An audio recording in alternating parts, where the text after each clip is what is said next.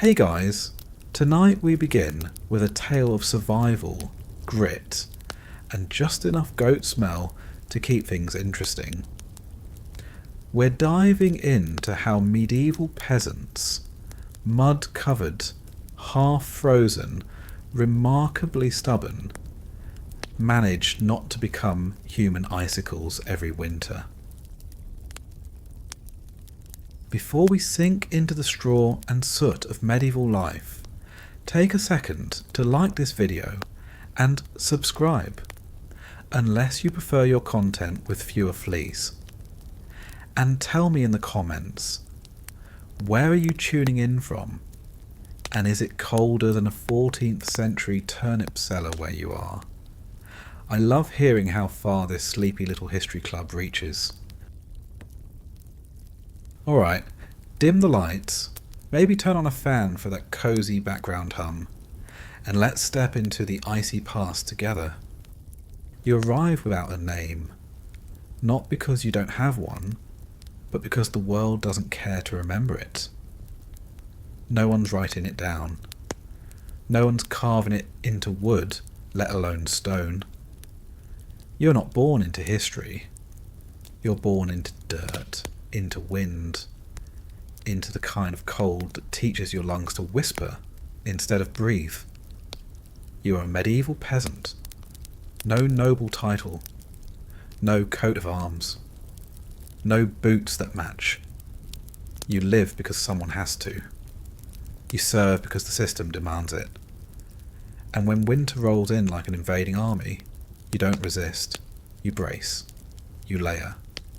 You press your body against other bodies. You pray for the hearth to hold its ember just one more night. You live in a hut. One room. The word home feels generous. The walls are wattle and daub, a skeleton of sticks plastered with mud and manure. The roof is thatch, brittle reed stacked high enough to trick rain, but not wind. Snow doesn't fall off the roof. It seeps in. Icicles form on the beams above your head, and sometimes fall. Sharp little warnings from above that nothing is truly safe. Inside it is cold, always. The fire sputters in the hearth like it's arguing with death. You feed it whatever you can. Sticks, peat, dried cow dung, even a scrap of wood from a broken tool if you're desperate enough. Smoke doesn't travel up and out. It swirls and clings to your ceiling, then your lungs. You don't cough because you're sick. You cough because you exist. You sleep on a straw mattress. That's the polite name. Really, it's a flattened pile of last year's rushes mixed with this year's filth. It smells of mildew, pig, and sweat. Your own and everyone else's. You share it with your family, and sharing is a full contact sport. There are elbows in ribs, knees in backs, cold feet pressed against warm thighs. There is no privacy. There is only proximity. The edge of the bed is a sentence. Whoever sleeps there wakes stiff, frozen, sometimes wet if the leaks found them in the night. The middle's for children and the elderly. Small bodies and fragile bones protected by the mass of the living. You, if you're lucky or just persistent, sleep near the fire. Not close enough to burn, but close enough to feel the hope. You have one cloak, wool, heavy, scratchy. It's never been washed because washing it would mean soaking it in freezing water and drying it in freezing air. Instead it absorbs your life, smoke, sweat, animal grease, sorrow, and wears it back to you like armour. When you lie beneath it, you don't feel warm. You feel slightly less doomed. You wake before dawn, but not because you want to. Your back wakes you. Your bladder wakes you. The wind wakes you, slipping through the cracks in the wall and touching your skin like an unwelcome ghost. And you squint into the half-dark. engage the room by sound. Breathing. Shifting. A grunt from the pig in the corner. The pop of a log in the hearth. If you're lucky, you check the fire. Your job is to keep it alive. Everyone's job is to keep it alive. You poke at the ash and whisper to it. A single glowing ember remains. You exhale slowly and thank whatever force kept it alive. If the fire dies completely, it can take hours to restart. You know people who didn't make it because the fire went out and no one woke in time. The cold isn't an inconvenience. It's an executioner. You crawl out from under the cloak. You don't want to. Your body protests like a rusty hinge, but the hearth needs feeding. The others are still asleep, or pretending. You step onto the dirt floor, which is solid and damp, like someone tried to bury winter beneath your bed and failed. Your foot lands in a puddle where melted frost has crept through the foundation. You don't flinch. You're used to it. Your feet have been wet for weeks. In the far corner, your cow snorts in her sleep. She's more than livestock. She's heat. She's milk. She's survival with a name, one of the only living things you've named on purpose. She stands near the wall, her large flanks steaming faintly in the cold air, radiating life into a place where warmth is more valuable than gold. Sometimes you've slept beside her. Sometimes you still do. The goat, less generous, but equally loud, is tied to a post near the door. Chickens shift and mutter to themselves in the rafters. One of them will try to roost on your shoulder again tonight. You'll let her. It's better than nothing. Her body weighs almost nothing, but she's warm. You stoke the fire with a stick from the bundle you gathered yesterday. It's wet. Everything is wet. It hisses instead of burning. You blow gently and squint through the smoke. The fire resists. You add a bit of dried dung. The smell is acrid, earthy, familiar. Eventually the flame catches, and for a few minutes you feel powerful. You've done something. Created warmth, defied death. Briefly, behind you someone stirs. It's your eldest, probably, or your spouse. You don't look. The morning routine is less about faces and more about motion. Everyone knows what to do. Everyone is tired. You start the porridge. Oats if you're lucky. Turnips mashed in if you're not. Sometimes it's just hot water with crumbs of yesterday's bread. No one complains. Complaining wastes breath, and breath holds heat. Your clothes are already on. They never came off. Under your tunic you wear a linen shirt, once white, now the colour of old parchment. Your hose sag around your calves. You adjust the woolen bindings on your feet, tightening the knots so the cloth doesn't slip inside your clogs. You walk with a slight limp, not from injury but from habit. Your body has memorized where it hurts and tries to favour different parts each day. You think occasionally about what life must be like in the manor. You've seen it from a distance. Stone walls, actual windows, glass even, a roof with shingles, a chimney that doesn't belch into the room but lifts the smoke to heaven like an offering. There are rumours of feather beds, of sheets, of fur-lined robes. You don't know if they're true, but it doesn't matter. You dream about them anyway. You were born in this hut. You've lived here for decades. Your mother died in that bed. Your father slipped on the ice outside and froze before anyone found him. You've buried children. You've named animals and eaten them.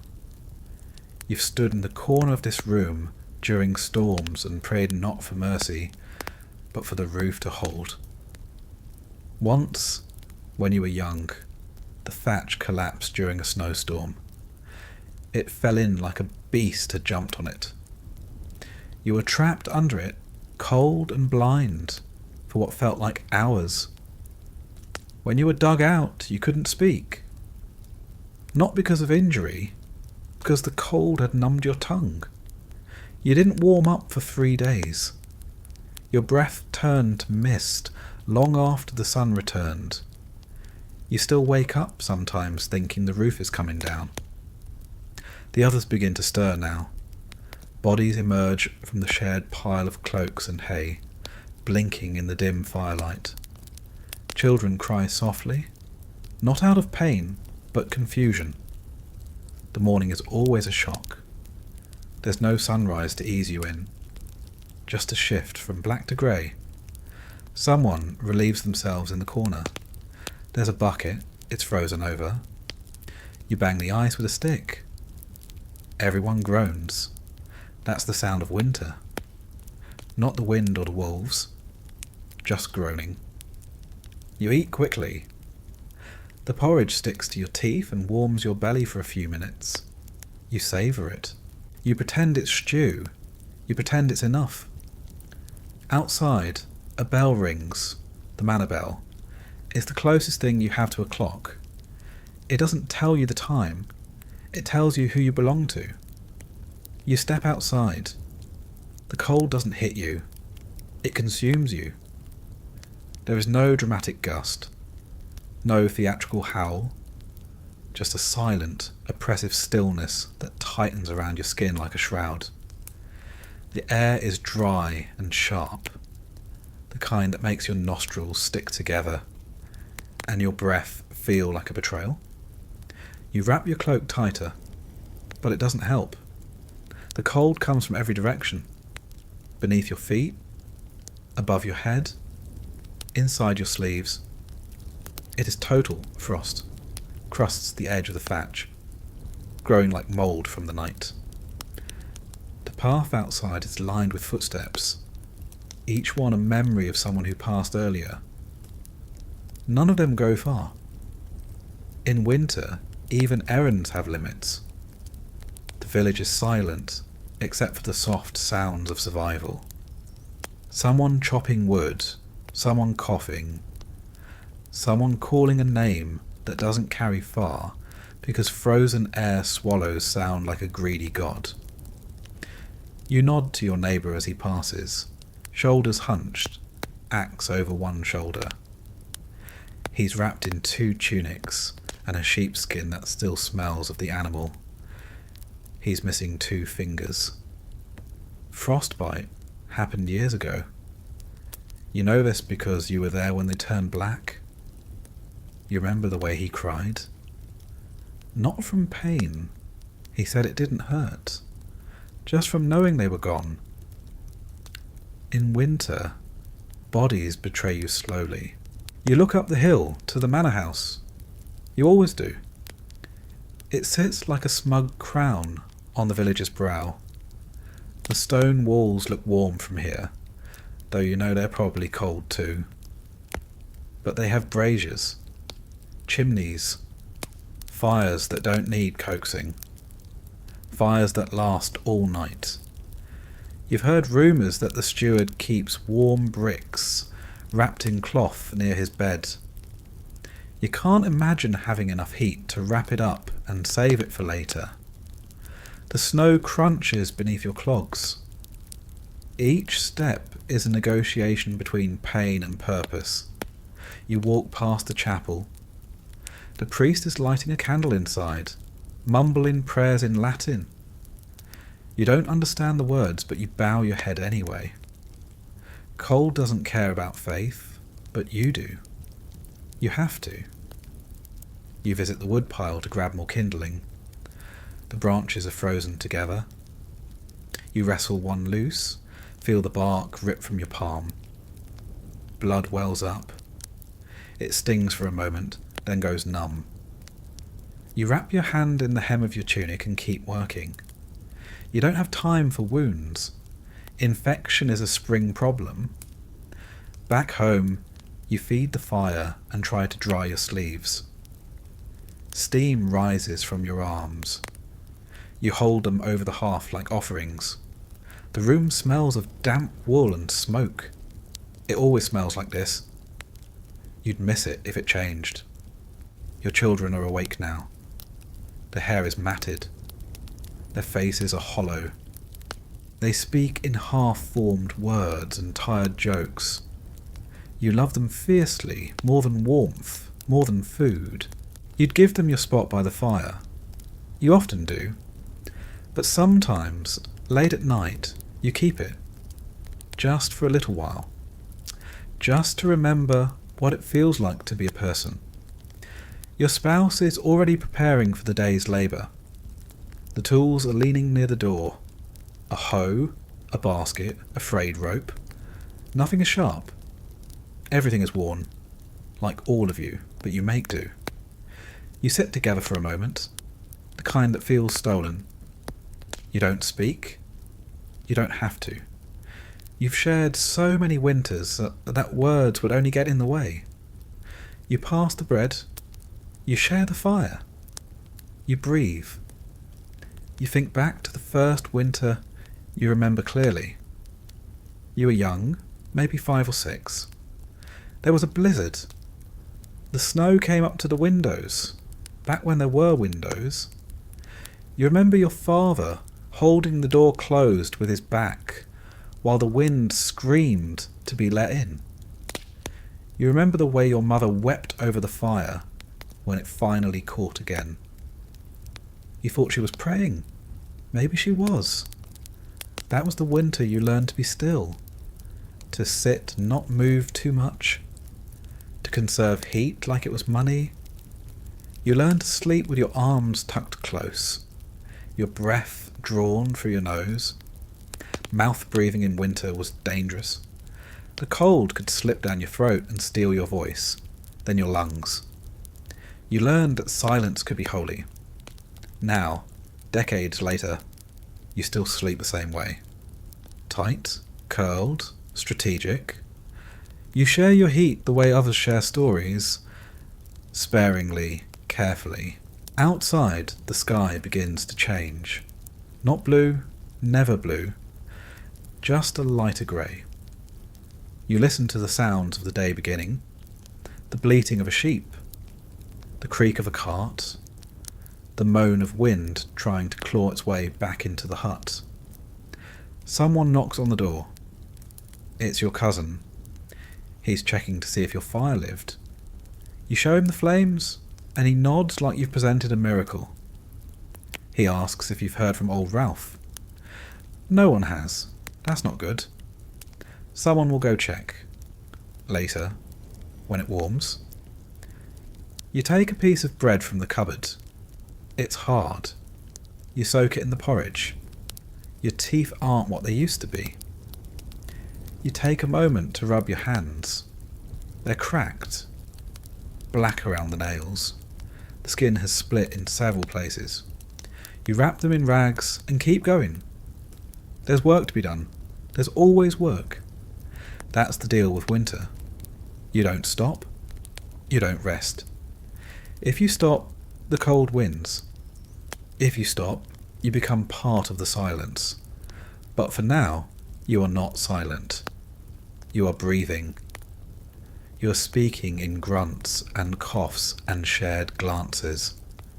You are alive, and that is everything. That is who you are. You live in a house that was never meant to keep anything out. Not really, not wind, not rain, not the bitter hands of February. It's called a hut, but that word is generous. Romantic, even? What you have is more like a compromise between a shelter and a dare. The walls are made of wattle and daub, sticks woven like baskets, then smeared with mud, straw, and dung. That's your insulation. That's your defence against the cold. The mud cracks. The straw rots. The dung stinks, but it sticks, and that's enough. There's no proper foundation. The hut sits on packed dirt, not even raised. When it rains, water creeps inside. When it snows, the melt becomes puddles that freeze before they can evaporate. The floor is an ever-changing terrain of ice, mud, and straw. Sometimes, in the morning, you step out of bed, and your foot lands in what feels like a frozen bog. The roof is thatch. Long dried reeds bundled and layered until the sky almost stays out, but thatch sags. That's what no one tells you. It droops with snow. It leaks under pressure. It harbours birds, bugs, and the occasional rodent family that squeaks through the night like a choir of thieves. You've patched it so many times, you've lost track. You climb up with handfuls of old rushes and wet clay, muttering curses to saints you don't believe in. You tie ropes around the sagging beams. You add bundles of sheep's wool in the hope of stuffing one more gap. But you always miss a spot. The cold always finds a way in. Inside the hut, everything is brown. The walls are brown, the floor is brown, the ceiling is brown. The air smells like smoke, sour milk, mildew, and people. Not bad people, just real people. People who've lived too long in too small a space with too little soap. Your windows are holes. Literal holes, cut or torn into the wall. On rare occasions, someone might have scraped together a piece of cowhide or oiled cloth to cover one. Maybe even a wooden shutter, if you're rich in timber and time. But glass? Glass is for churches and castles. Glass is magic. You have wind. The door is a heavy plank, hung on pegs, often swollen from moisture, and nearly impossible to close properly. In winter, it warps so badly that snow sneaks in under it like a gossip. You wedge cloths and straw against the threshold every night, and still, the breeze finds you. You sit by the fire to warm one side of your body while the other side freezes. You rotate like a spit pig to keep the warmth even. The hearth isn't raised, it's a circle of stones in the middle of the room, blackened from years of smoke and spilled stew. There's no chimney. The smoke curls upward, hits the roof, and bounces back down into your lungs. You've breathed more soot than air. Your furniture, if it can be called that, consists of a low stool, a bench, a table that lists like a sinking boat, and a bed frame for the whole family. The bed is the centre of life, not for luxury, but for heat. Beneath you, straw. Around you, limbs. You make a fortress of the living against the cold. Your clothing isn't armour, it's a collection of approximations. A linen shirt, stained and thin, clings to your torso like a second skin you've been trying to shed since autumn. Over it, a wool tunic that was never made for you. It once belonged to someone else, and someone before them. You think it might have been brown once. Now it's the colour of mud, smoke, and old potatoes. Your leggings sag at the knees and pull tight at the calves. You tie them with twine because the original laces gave up years ago. Your boots are wooden soles with leather scraps wrapped around them. Sometimes you just wear cloth tied with string. The frost doesn't care either way. You layer everything. Not because it helps all that much, but because it gives the illusion of protection. You are a walking onion, a stack of rags pretending to be a man. You dream of fur coats. You've seen the Lord's huntsman ride by, cloaked in fox and trimmed in velvet. You imagine what it must be like to feel warmth from within, Instead, you rub tallow on your skin. It seals the cracks. Some say sheep grease works better. Others swear by pig fat. Either way, it's unpleasant going on and never truly washes off. But it holds the cold at bay, just enough. The walls of your hut aren't straight. They lean. The mud bulges where it dried unevenly. You have stuffed every crack you can find with moss, straw, rags, even bits of your own cloak. You plug holes like a sinking ship, knowing that eventually one gust of wind will undo all of it. Some nights you sit up just to listen, to feel where the draft is strongest, to mark in your mind the places that will need repacking when the sun returns. Outside, the landscape looks like a painting no one finished. The fields are bare. The trees look dead. The stream is crusted with ice, but not yet frozen solid, which makes it more dangerous. One slip on a hidden patch, and you could be injured. And if you're injured, you're dead. Not now, but later. The cold is patient. When the wind picks up, it howls through the village like it's looking for someone specific. It bends trees, rattles fences, pries at rooftops. It shakes the shutters and tears at your door. You feel it creep under your garments like fingers. You don't cry, not anymore. Tears freeze too fast. In the dark hours before sleep, you check every edge of your home. You run your hand along the seams, feeling for movement, for chill. You use your breath to test for airflow. A flicker of steam tells you where to patch next. Every night is a battle of barriers. Every night you fight the cold like it's alive. Because it is. You remember a night when the wind was so strong it blew the door off old Even's hut. You helped him nail it back the next morning. His youngest didn't make it. They found her curled into a ball, her breath still and her lips blue. The hut was quiet for weeks after that. You didn't speak of it. You didn't need to. Inside, the smoke clings to everything. Your hair smells like fire. Your skin is layered with soot. You know someone who rubbed ash on their feet before bed, swearing it kept the warmth in. You tried it once.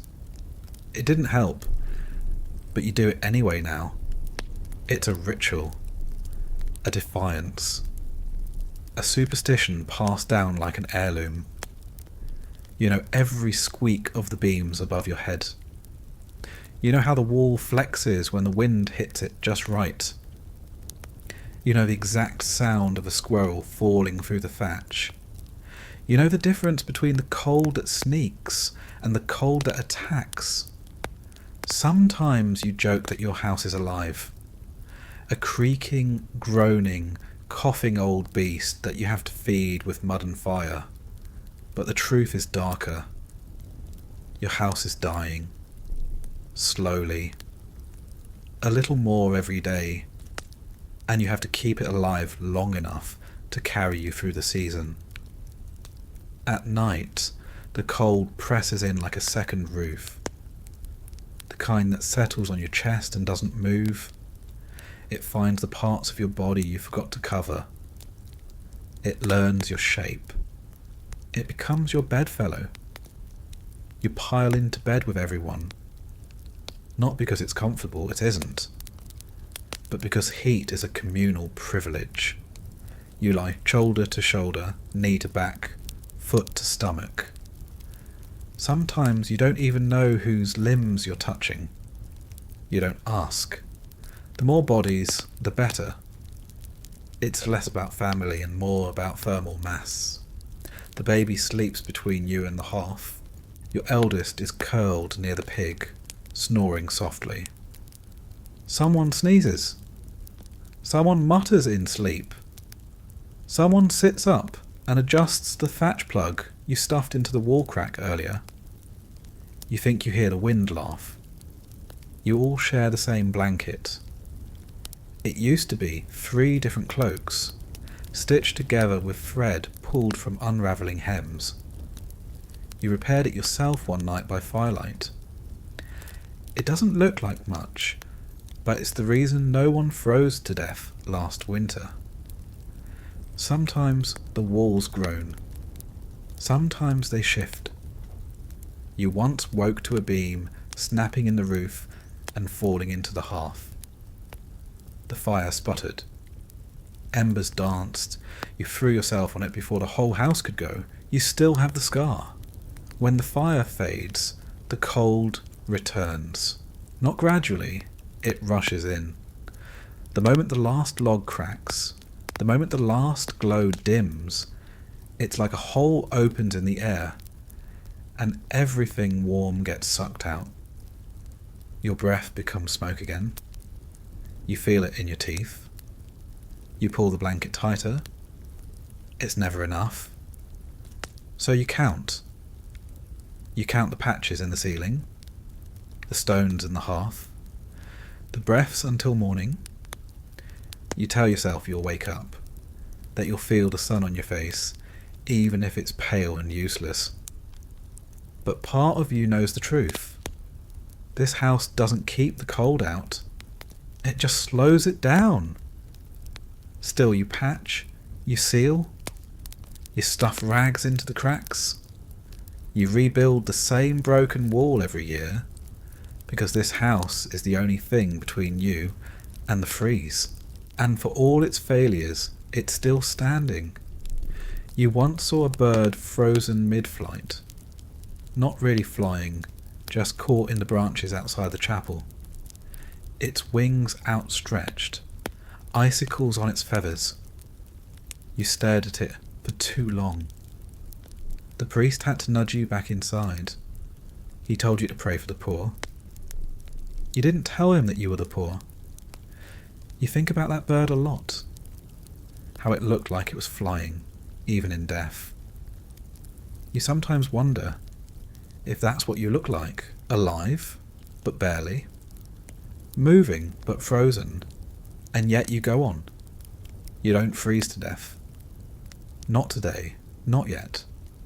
Because you've learned how to outwait the cold, how to layer yourself in dirt, smoke, and stubbornness, how to press your body to another's and share silence like a secret, how to recognize the warning signs in the walls, the soft sigh before collapse, the creak before disaster, the stillness that means you have to act.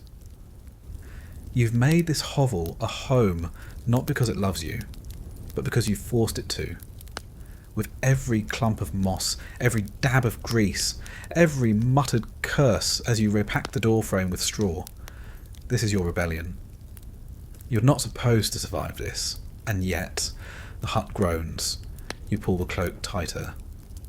Someone stirs beside you, coughs, rolls over. The fire cracks one last time, and you close your eyes against the cold that presses in like a tide, knowing it will be back tomorrow, and the next day, and the next. But so will you. You are awake before the fire, before the animals, before the frost on the inside of the wall begins to melt. Your eyes open not because you're rested, but because your ribs hurt. Your back throbs. Your neck feels like it has rusted. You're not sure if you were asleep or simply unconscious for a few hours. Either way, the cold has made your joints seize up like frozen hinges. It is still dark, which is how mornings begin in winter. Not with sunlight, but with decision. You sit up slowly, bracing yourself for the first movement. One knee pops, your hip grinds. You feel every decade of your life like layers of lead under your skin. One child is curled next to you, one sprawled across your legs, and somewhere behind you is the steady, wet breathing of a goat. The smell is sharp but familiar. In a way, It's comforting. It means everyone's still alive. You pull your tunic tighter. It hasn't been washed in weeks, maybe months. It's stiff in the shoulders from smoke and sweat. The fire is just a memory, a little pile of ash and a hint of orange buried deep beneath. You blow gently. You coax. You whisper to it like it's a child who refuses to get up.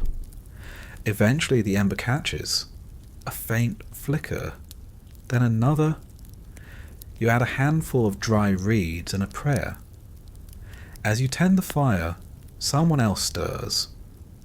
Your spouse, rubbing the sleep from eyes that haven't known a full night's rest since your third child was born.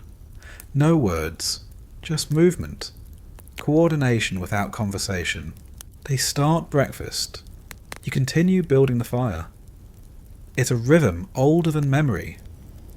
Breakfast is whatever didn't freeze solid overnight. Today, that means a thin barley porridge with a few shavings of salted root. You scrape the pot clean. Again. The children chew slowly. No one complains. Hunger is not a special occasion. It is a roommate. By the time you finish eating, it is still dark, but you have to begin the day's labour. That's the rule. Work starts when your stomach has something in it, no matter how little. You wrap cloth around your feet, 2 layers this time. Then step into your clogs. They're made of wood, cracked along the sole, but they hold together with leather thongs and sheer stubbornness. You step outside. The air hits you like a slap. Not sharp, not sudden, just absolute. It's the kind of cold that fills your ears, freezes the moisture in your nostrils, and makes your eyelashes stick. You squint against it and press on. Today the task is wood. You need fuel. You always need fuel. The hearth consumes it endlessly, and last night's bundle is gone. You walk toward the tree line, basket on your back, hands wrapped in linen strips, blackened with soot and sweat. Each step crunches. The ground is frozen solid, and your clogs slip more often than they grip. But you know this walk. You've done it so many times, you can navigate it in your sleep. And sometimes you do. At the edge of the field, you meet 2 neighbours. No one says much, just a nod, a grunt. Conversation is saved for spring. In winter, you spend your breath on work. The woods aren't really woods anymore, more like the skeletons of trees. Every nearby branch that could be burned has been taken already. You're left to dig in the snow for fallen limbs and pull down whatever dead twigs you can reach. You've stripped bark off logs with your bare hands, using your teeth when they wouldn't budge. You've burned roots, old cart wheels, even furniture once. Your fingers ache with every motion. You've lost feeling in 3 of them before last winter. The pinky came back. The ring finger never quite did. You don't care. You keep moving. You keep working. Because you have to.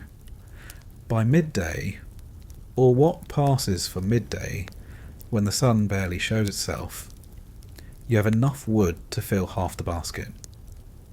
You stop for a moment, sit on a frozen stump, and eat the rest of the bread you saved from breakfast. It's hard as stone. You chew slowly. Not because you're savouring it, but because chewing hurts less than swallowing sharp crumbs. Someone nearby is coughing. Deep, wet, familiar. It sounds like your neighbour's son. He's been coughing since the last frost. You remember how his older brother died 2 winters ago. Same sound, same look in the eyes. Same silence from the father. You return home with your bundle of wood. It's heavier than it looks. Or maybe you're just tired. Your arms shake. Your legs buckle slightly when you stop moving. You nearly fall stepping into the hut. No one laughs. Everyone knows the feeling. Inside, the fire is alive again. The house smells of broth, old wool, smoke, and humanity. You strip off the outer layer of your cloak and crouch by the hearth to warm your hands. The heat doesn't sink in. Not right away. You feel pins and needles instead, like your fingers are arguing about whether they belong to you. Your spouse hands you a bowl of soup, thin but hot. You sip it slowly, letting the steam hit your face, trying to breathe in something that isn't frost. The children eat quietly. They're learning. They know what happens when the fire dies, when the wind wins. You rest for a moment, not long, maybe 10 minutes, just enough for the soup to settle and your fingers to stop trembling. Then it's on to the next task, repairing the tools. The hoe is cracked, the pitchfork is warped, the ropes are fraying. You sit by the fire with your pile of implements, unwinding old bindings, replacing wooden pegs with scraps from the kindling pile. You've mended this same hoe 6 times, maybe more. Every season it breaks. Every season you fix it, like everything else in your life. As you work, you glance at your spouse weaving new rushes into the wall where the wind has broken through again. It's not even surprising anymore, just something to handle. One of the children helps, stuffing moss into the gaps. Another is picking lice out of the youngest's hair. The youngest doesn't notice. They're asleep, face down in your bed pile, snoring through a nose crusted with dried mucus. This is the day. This is every day. Wake, fuel, gather, fix, repeat. The specifics shift slightly. Sometimes it's repairing a fence, sometimes hauling water. But the rhythm never changes. Labour isn't a part of life. It is life. It's not what you do, it's what you are. You're a bundle of moving parts, shaped by necessity, driven by hunger, chased by cold. And when the day ends, you don't stop because you're finished. You stop because you physically can't do more. Your body dictates the terms of surrender, not the job. As evening sets in, the wind picks up again. The draft creeps back through the patched wall, and the room gets colder despite the fire's best efforts. You move your family closer to the hearth. You pack everyone tight, knees to backs, shoulders against ribs. You eat the last of the stew and set the pot back on the stones to catch any warmth that's left. You sit in silence for a while. There's nothing left to say. The last thing you do before sleeping is check the wood, count the pieces, estimate how long it will last, whether someone will have to get up in the middle of the night to stoke it. You volunteer. Of course you do. You always do. Tomorrow will be the same. But for now, you lie down. You curl into yourself, your bones humming with fatigue, your fingers raw, your boots still damp.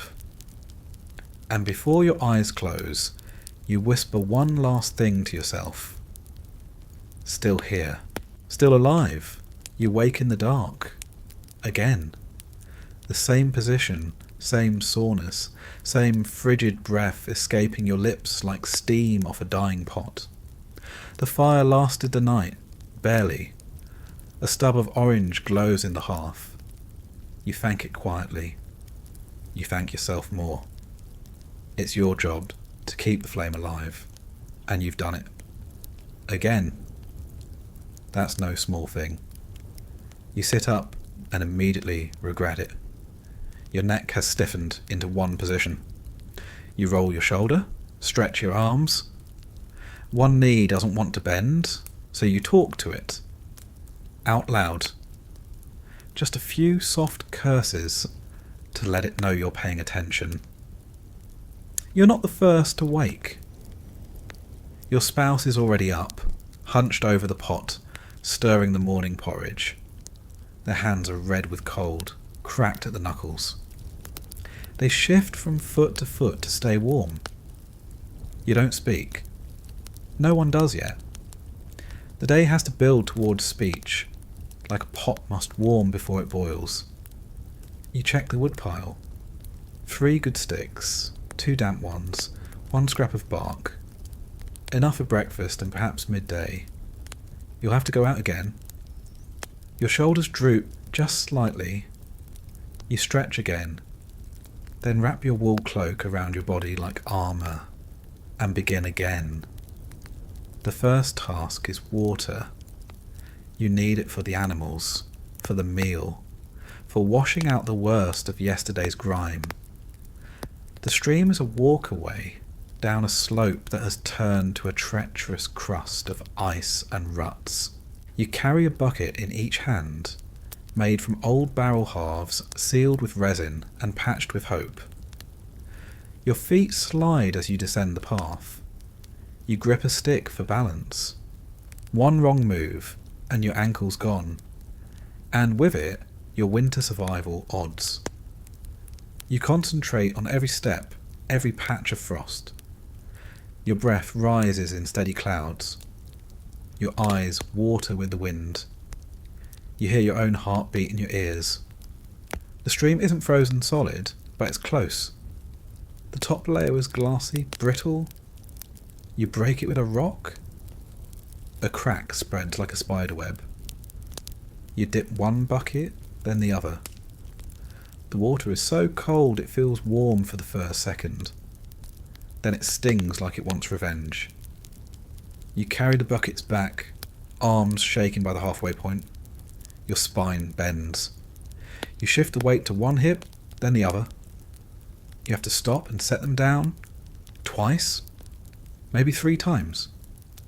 No one is watching. But even if there were, no one would mock you. They know. Back home, you share the water. Some for cooking, some for the cow. The rest is rationed for washing and storage.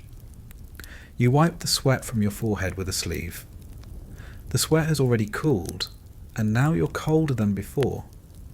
You rest for 5 minutes. That's your reward. Then it's time for repairs. There's always something broken. Today it's the fence behind the chicken coop. A fox dug under it last week and took 2 hens.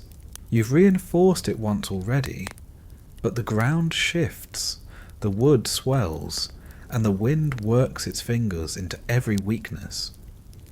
You kneel down with your mallet, your splints of spare wood, your handful of old nails that are more rust than iron. As you work, the snow begins again. Light at first, gentle, pretty even if you weren't so exhausted. But you know how it will go. It always starts like this. Then it thickens, and it stays. The sky darkens, the flakes get heavier, and soon the world will be covered again. Every track erased, every bit of effort buried. Winter loves to undo your work. You finish the patch. You test it with your foot. Good enough. Not perfect. Nothing ever is. But it will hold for a day or 2. That's the best you can ask for. Your spouse calls from the door. Time to eat again. Barley and root stew, same as yesterday. You don't mind. It's hot. It fills your stomach and your chest. You lean into the bowl, breathing in the steam like it's incense. You eat slowly, but not too slowly. You need the calories. You need the fire to stay inside you. After lunch, your neighbour calls over. He needs help. His roof is leaking again, and his wife is sick. You don't hesitate. You wrap your cloak around your shoulders, grab your tools and follow him. The roof is worse than you thought. The thatch has split, the support beam is cracked. Snow is falling in directly onto the hearth. The entire hut smells like wet ash and despair. You climb up with him. You both work in silence, hands moving with practiced urgency. You shove in new reeds, tie them down with rope, stuff the gaps with hay. You don't say much, but there's comfort in doing it together. Misery shared is misery halved. The wind picks up. You hunch lower, tying the final bundle in place. When you come down, your fingers are barely moving. Your neighbour thanks you with a cup of warm cider. You drink it so fast it burns. Then you say goodbye and return home. Not for rest, but for your next task. The goat has escaped. You find her near the chapel, munching on frozen grass like it owes her something. You corner her, coax her back with a bit of dried peel, tie her to the post, and secure the gate better than you did last time. You rub her ears to keep them from going pale with frostbite. She bleats in protest, but leans into your hand anyway. Then it's time to mend the cloak. Again. You sit by the fire with a needle, re-threading a tear near the hem. The wool is stiff, almost like bark. It resists the needle. You press harder. You prick your thumb. You suck the blood and keep going. Because if you don't, the tear will grow. And if the tear grows, you'll lose heat. And if you lose heat, you'll lose sleep. And if you lose sleep, you'll lose strength. And then, well, then the cold wins. Someone knocks at the door. It's a child. Not yours. One of the village boys. He's holding a basket of bark shavings. His family has extras, and his mother said to share. You thank him, press a sliver of dried apple into his hand, a rare treat you were saving. His eyes go wide. He runs off smiling. Your spouse smiles too. Small victories. The light begins to dim. You begin the evening preparations. Water to be warmed, the pot to be cleaned, the animals checked. Your youngest toes examined for signs of cold burn. You wrap them in cloth and place them nearer to the hearth tonight. You don't say anything, but everyone notices. Dinner is smaller than you'd like. You share it anyway. Before bed, you step outside one more time, just to look, just to listen. The snow has stopped, the wind is calm, for now. You look up, the sky is clear. Stars bright and sharp.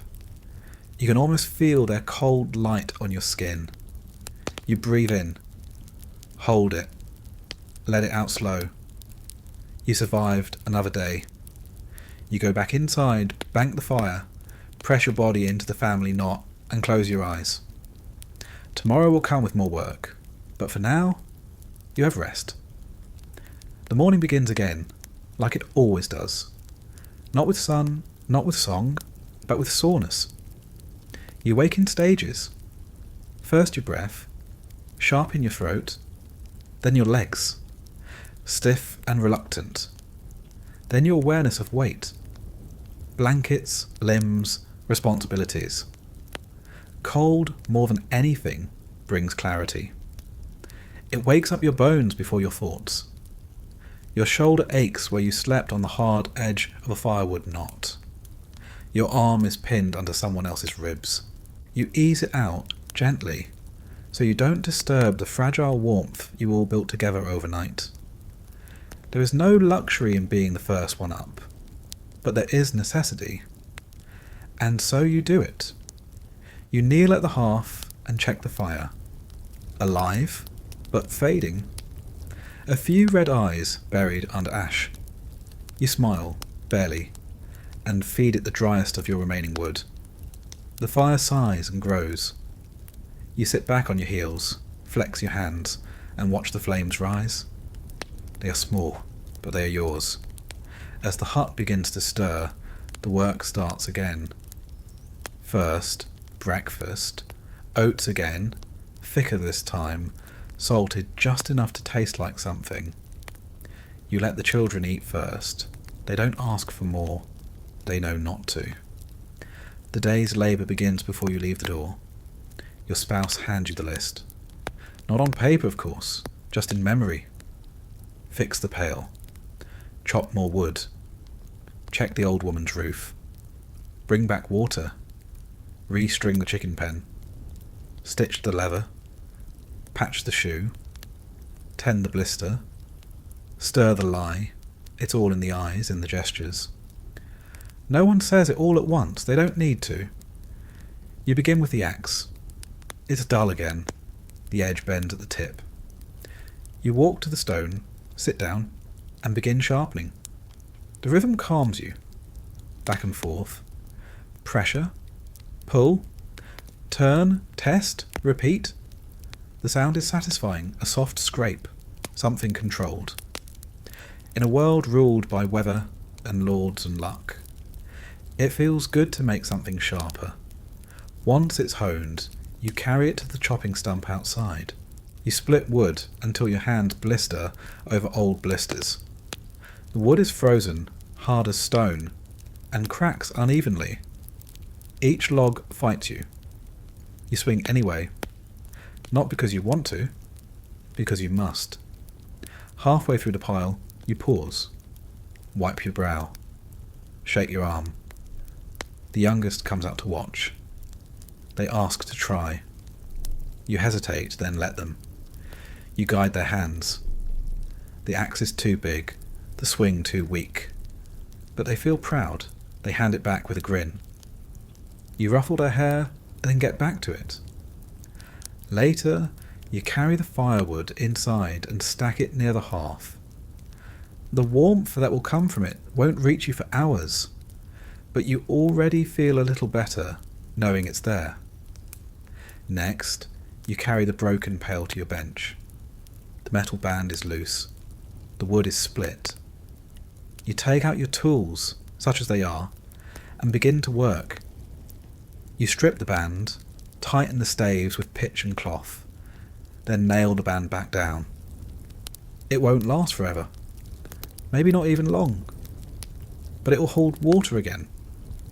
You bring the mended pail to the stream. You move slowly now, legs heavy, shoulders tight. The wind is rising again. The water is low. You break the ice with the blunt end of a stick, scoop the water, and head back. Your grip is so numb by the return trip that you nearly drop the bucket. Inside, you warm your hands by the fire. You don't speak. You stare at the flames like they owe you something. And then, more work. You take a needle and patch the cloak again. You scrape the dried lye from the tub and begin to stir the soap barrel. You wipe down the stools, now warped by years of heat and moisture. You oil the leather boots. You crush dried herbs for the village healer. A neighbour arrives, asking for help felling a tree. It cracked in the last windstorm, leans over his roof. You grab your rope, your axe, and go. You spend the next 3 hours hacking, bracing, pulling, shouting. The tree falls, loud and wild, and lands just shy of the fence. You cheer quietly, then you help cut it into lengths. You return home exhausted. Your boots squelch with melted frost. Your back screams. You eat stew, root and bone. You scrape the pot clean. You let your elbows rest on the table, just for a minute. You're not supposed to, but you do. Evening comes. You feed the animals. You check the roof for leaks. You rub your legs with lard to keep the skin from cracking. You pull the straw mattress into a tighter bundle. You help your children clean their fingernails one by one. You sit with your spouse and say nothing. That is enough. Before bed, you do your final round. check the fire, secure the latch, place the driest logs near the coals. You sit for one last moment, watching the embers. You remember your father doing the same. You remember his cough. You remember the day he didn't wake up. You think about stopping. Just for a second. Not because you're quitting, but because you're tired in a way that rest can't fix.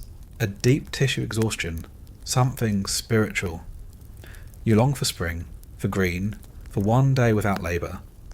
But then your child stirs, murmuring in their sleep. They call your name, just once. And you remember, this is why. This is all why. You lie down. You feel every ache, every bruise, every stiff joint and scar. You curl around it all and try to dream. But dreams are rare. You think about a field, open and warm, a loaf of soft bread, a cloak with fur on the inside. You don't get far before sleep claims you. Tomorrow the labour will return. It always does. But you will return too. Because that's what survival is.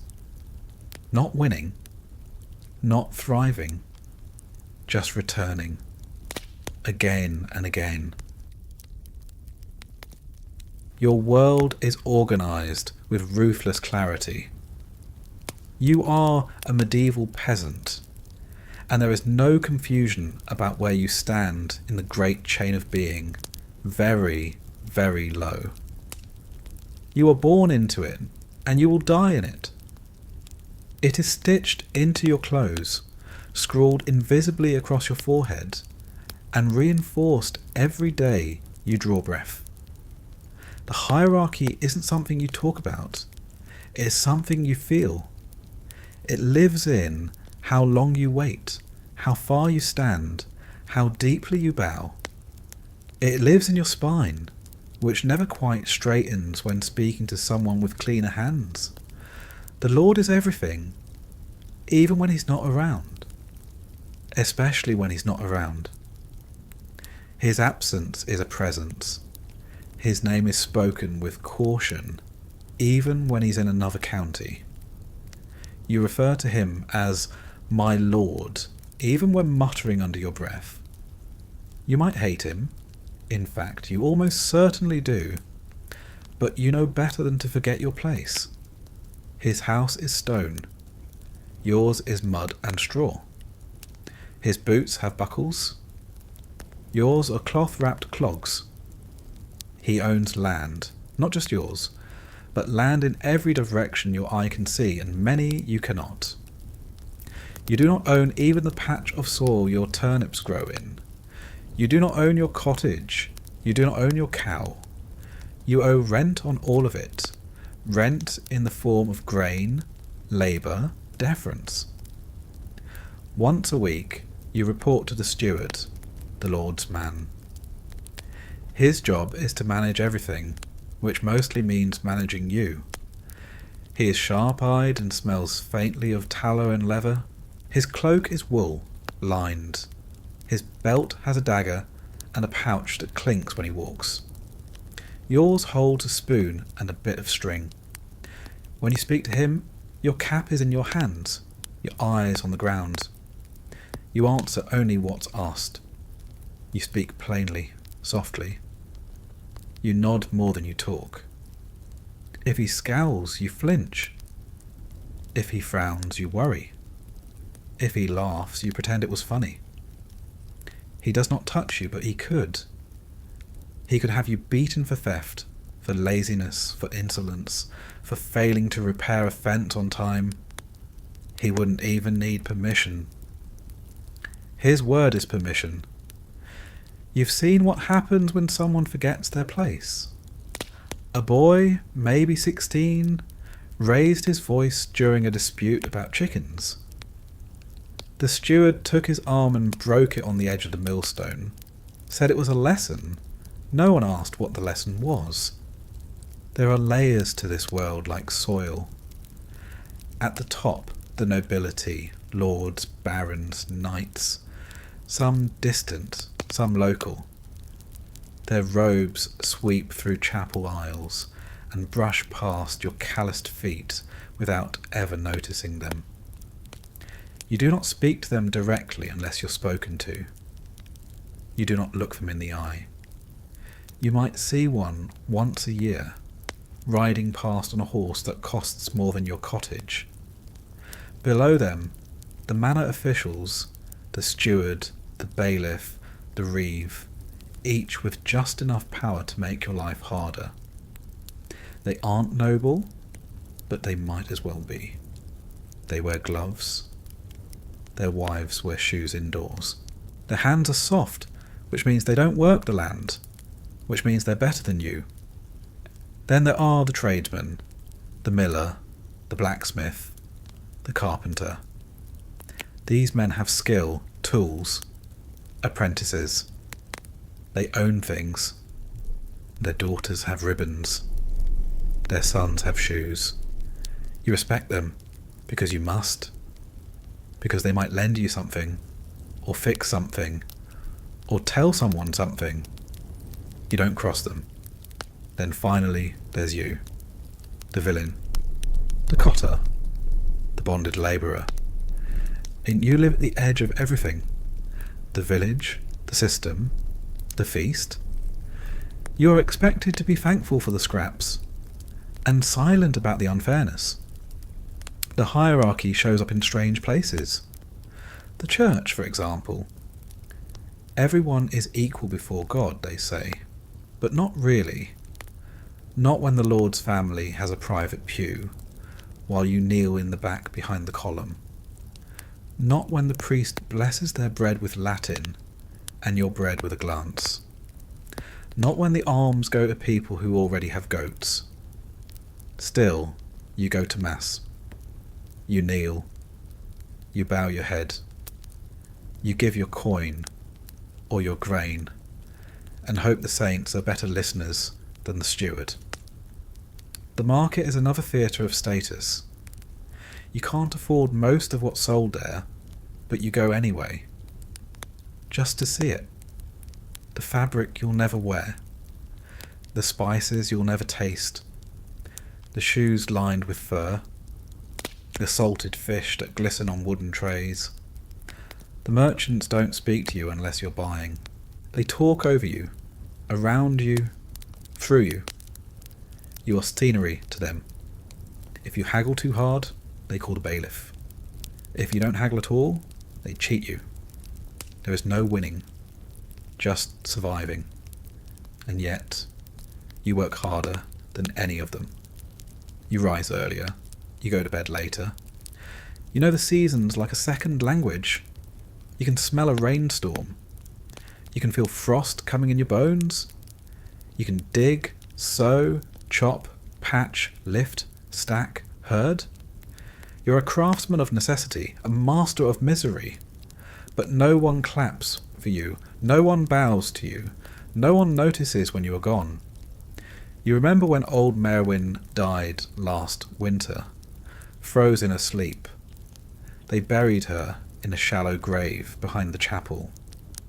No headstone, just a pile of stones and a muttered prayer. The next day her cottage was stripped. By neighbours. By friends. No shame, that's how it works. If you're not important, you're only useful. Still you work, still you nod. Still you call the Lord my Lord, and the steward Sir, and the merchant Master. Because you have to. Because there is no other option. Because questioning the hierarchy is like questioning the wind, loud, foolish, and ultimately pointless. Even in your dreams, when you allow yourself a fantasy, you don't dream of rising above it. You dream of escaping it. A cottage in the woods, a place where no one demands grain, no one counts your steps, no one waits to punish a late tithe. You dream of freedom not as power, but as silence, as space, as breath. But then you wake up, and you bow, and you go back to work. You're not just at the bottom, You're expected to behave as if you like it. Humility isn't a virtue in your world. It's a requirement. It's enforced with 1,000 small gestures. How deep you bow, how long you wait, how you phrase your words when speaking to someone even marginally above you. A wrong tilt of the head, a pause too short or too long, and suddenly you're disrespectful, insolent, dangerous. You remember how that went for Geraint. He was a strong lad, too strong for his own good. Worked hard, didn't talk much. One afternoon during planting season, the steward told him to drop his tools and help repair a wheel at the manor. Geraint asked, politely even, if it could wait until after the day's planting. He wasn't rude, just tired, hungry. By sundown, he had blisters on both hands and a bruised cheekbone. He never asked a question again. You saw him 2 weeks later, hauling stones with a limp. The steward didn't mention the incident. No one did. You learn early to accept it. The looks, the pauses, the slow speech people use when talking to you. Like you're a child. Or livestock. You learn to thank people when they insult you, kindly. You laugh at jokes that aren't funny. You smile when they call you mudback or hayhead. You pretend not to notice when they wrinkle their noses at your smell. Of course you smell. You sleep beside animals. You wear wool that hasn't been properly cleaned in years. You own one shirt. The river is half frozen. You're not going to waste a barrel of water for the sake of appearing dainty, but they expect you to apologise for it anyway. You remember being assigned to clean the chapel floor, a rare task done only once a season. You scrubbed with icy water and a rag made from old sacking, hands raw and knees burning. When the reeve came in, he sniffed once and said, "Still smells like dirt in here." Then he laughed. You laughed too. Not because it was funny, but because it was expected. You live under a system where respect flows only upward. You give it. You don't receive it. Even when you're right. The miller shorted you 2 pounds of grain last summer. You know he did. You weighed it 3 times. But when you told the steward, the miller claimed you were mistaken. The steward looked at you, then at the miller's new tunic. Then he said, "Don't cause trouble." That was that. You walked home without your grain, without justice, with less than you needed. You went to bed hungry that night, and the night after. Your wife told you to let it go. So you did.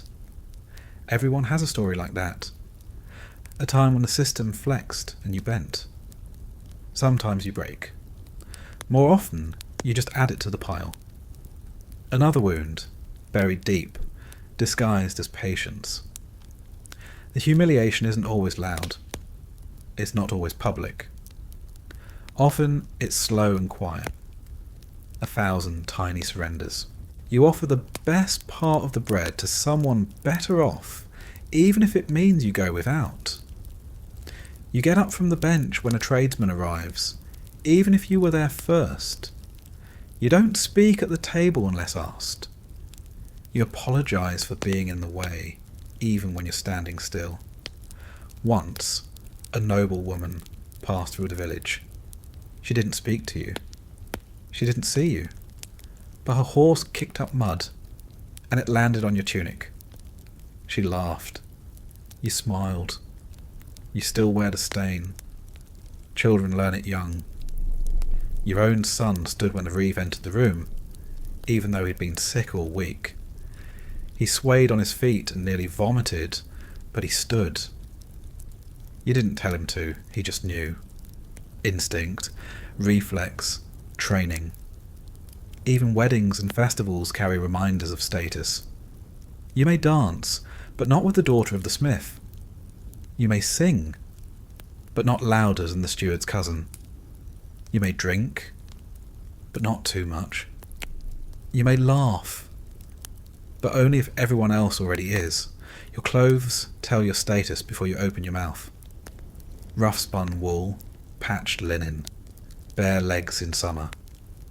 They see you coming and make way, not out of respect, but to avoid your smell. They hold their sleeves over their noses, and you pretend not to notice.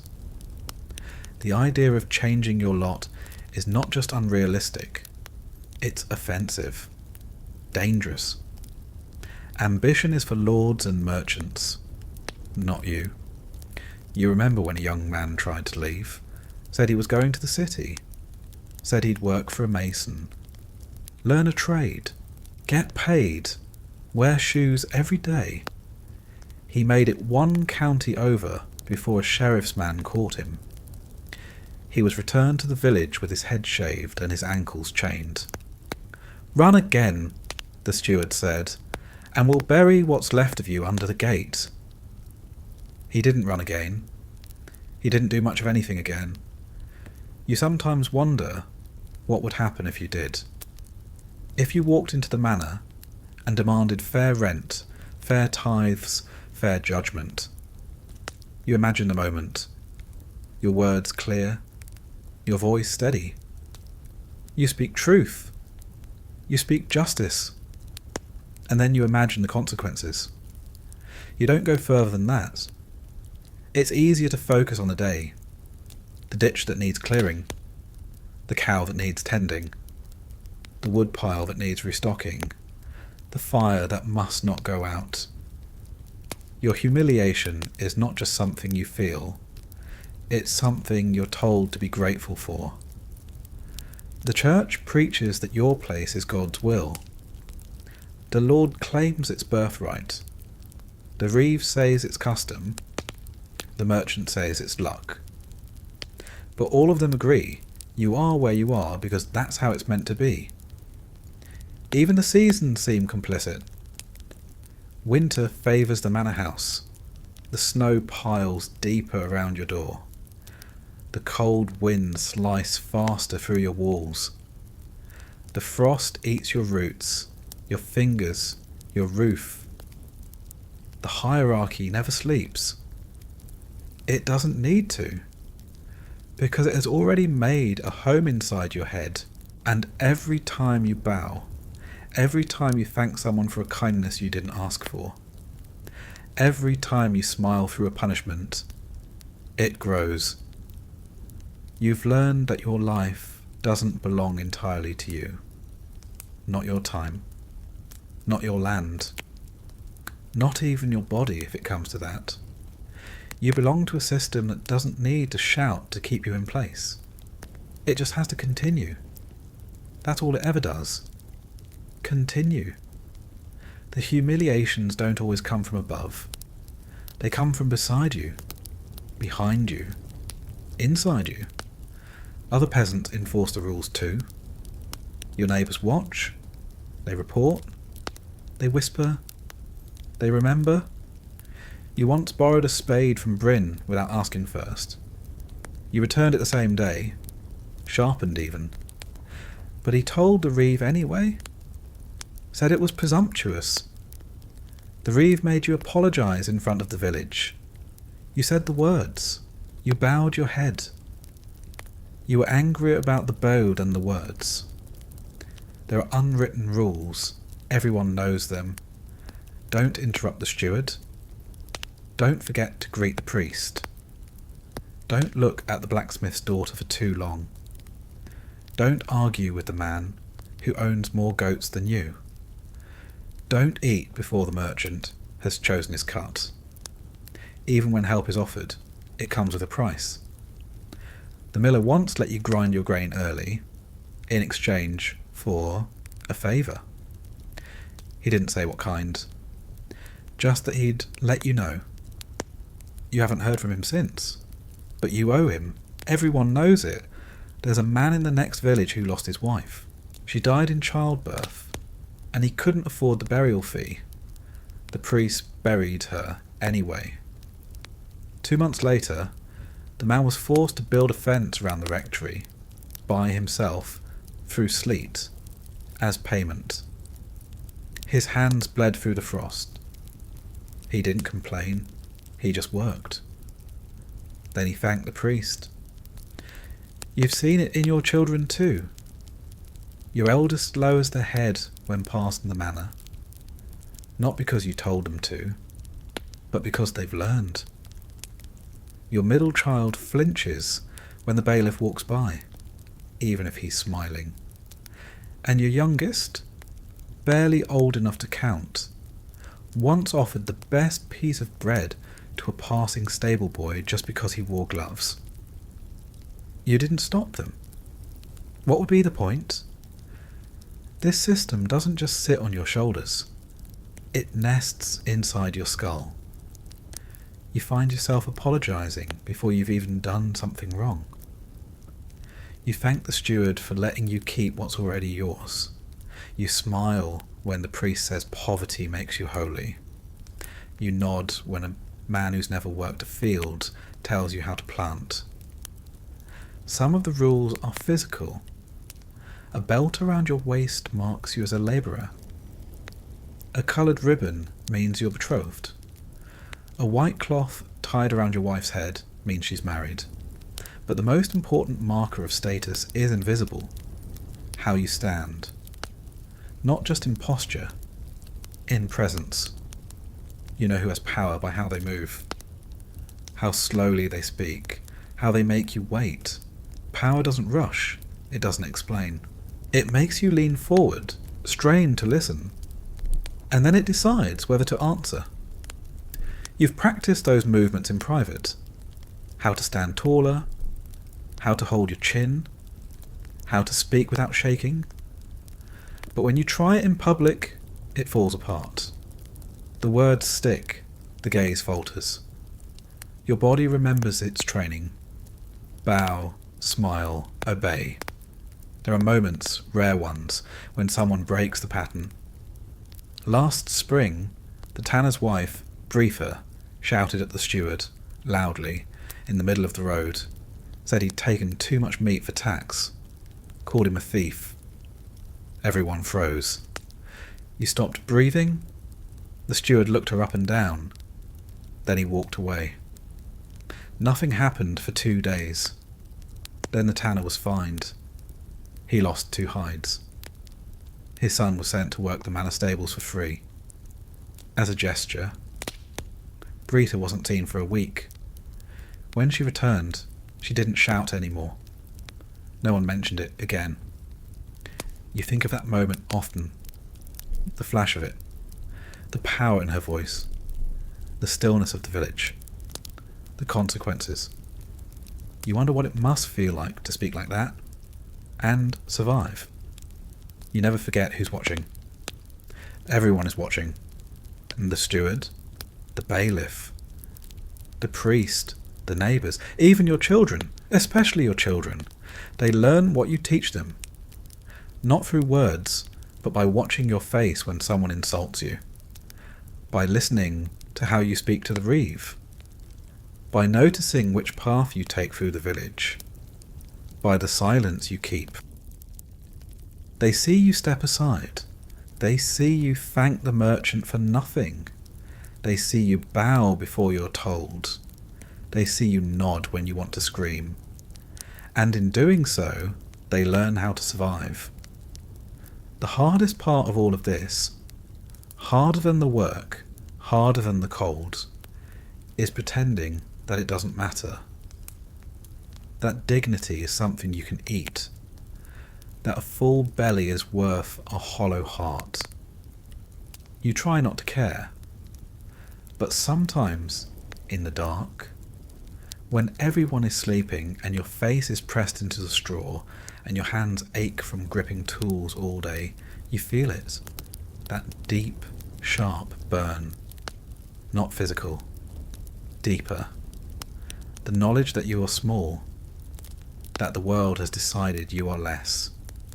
That no matter how much you give, you will never be allowed to take.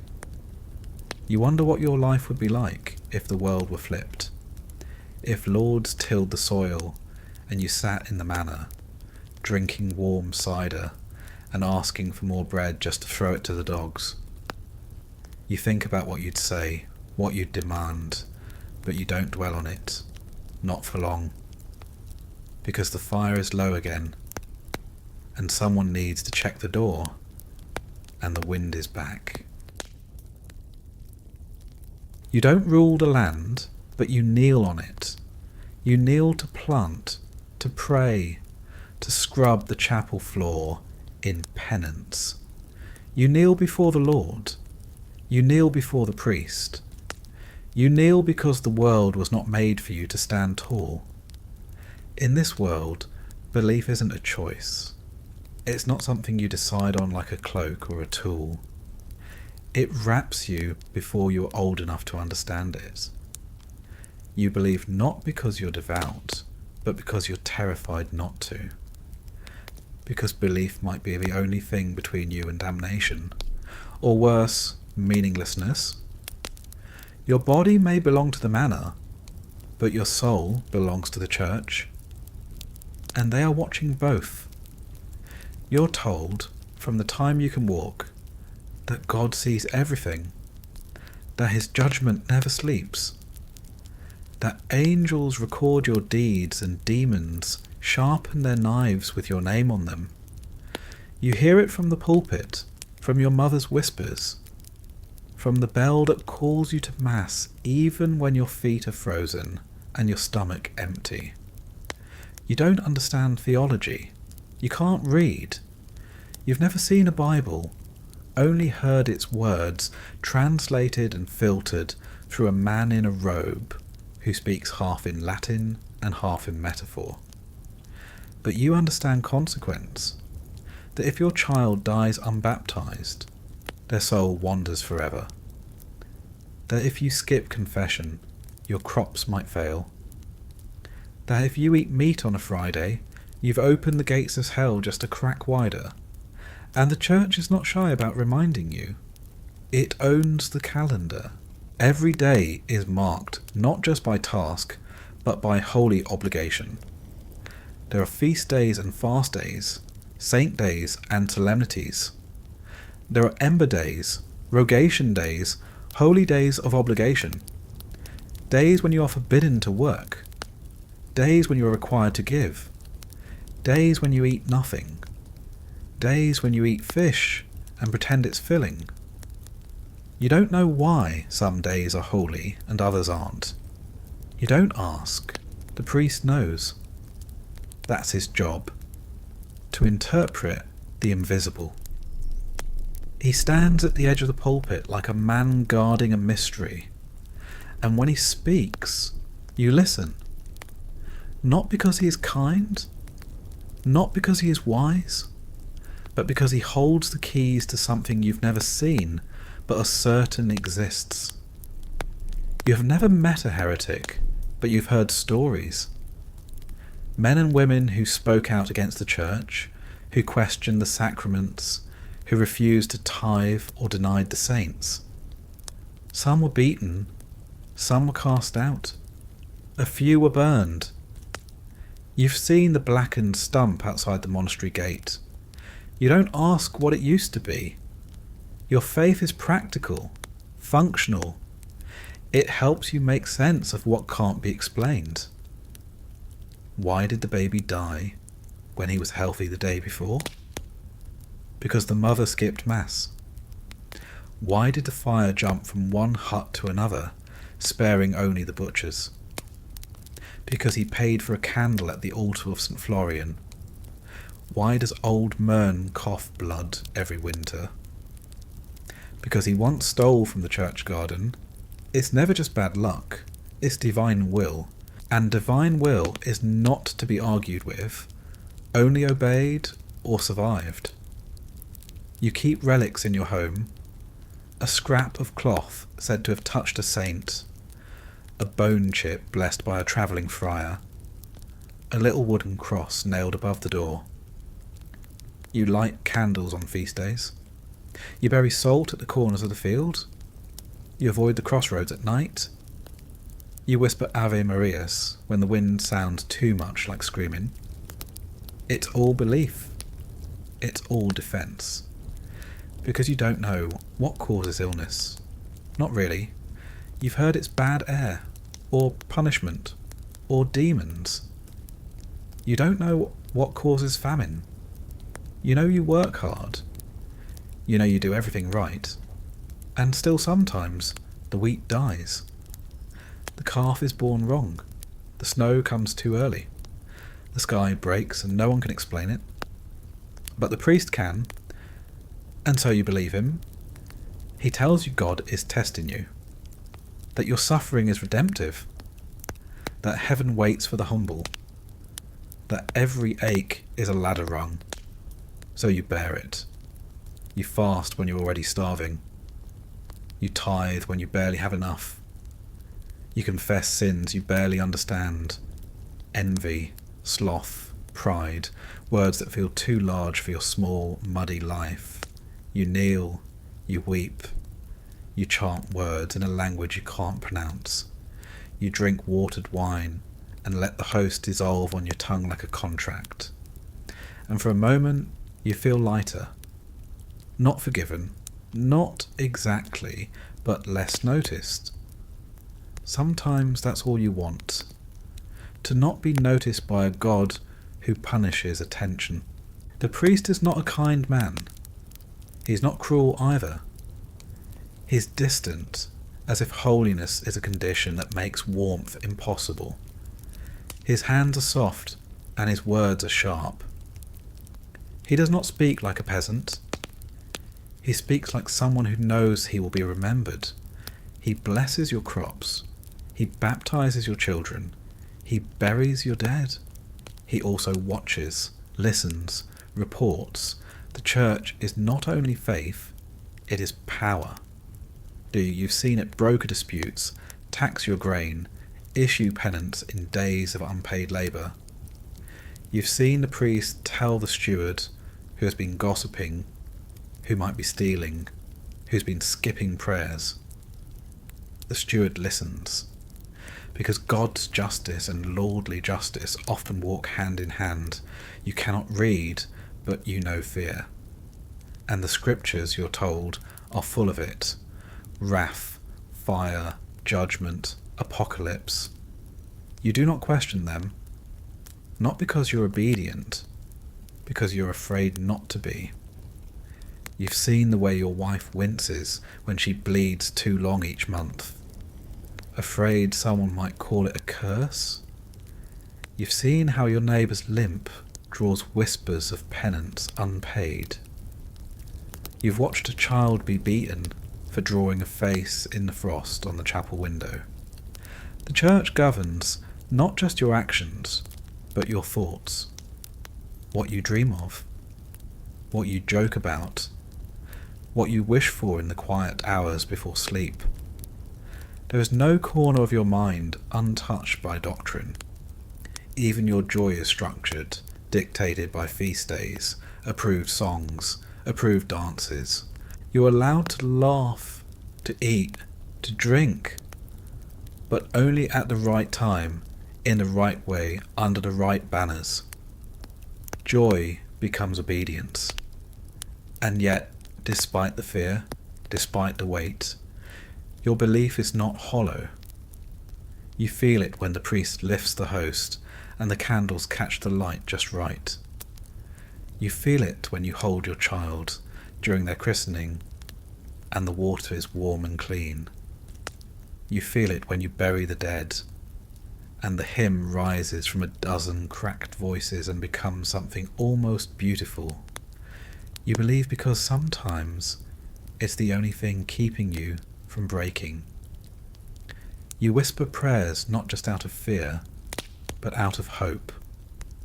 Hope that the saints are listening, that your suffering means something, that your name, though forgotten here, might be remembered somewhere else, in a book not written by stewards or priests or nobles, but by someone who sees past your hunger and into your heart.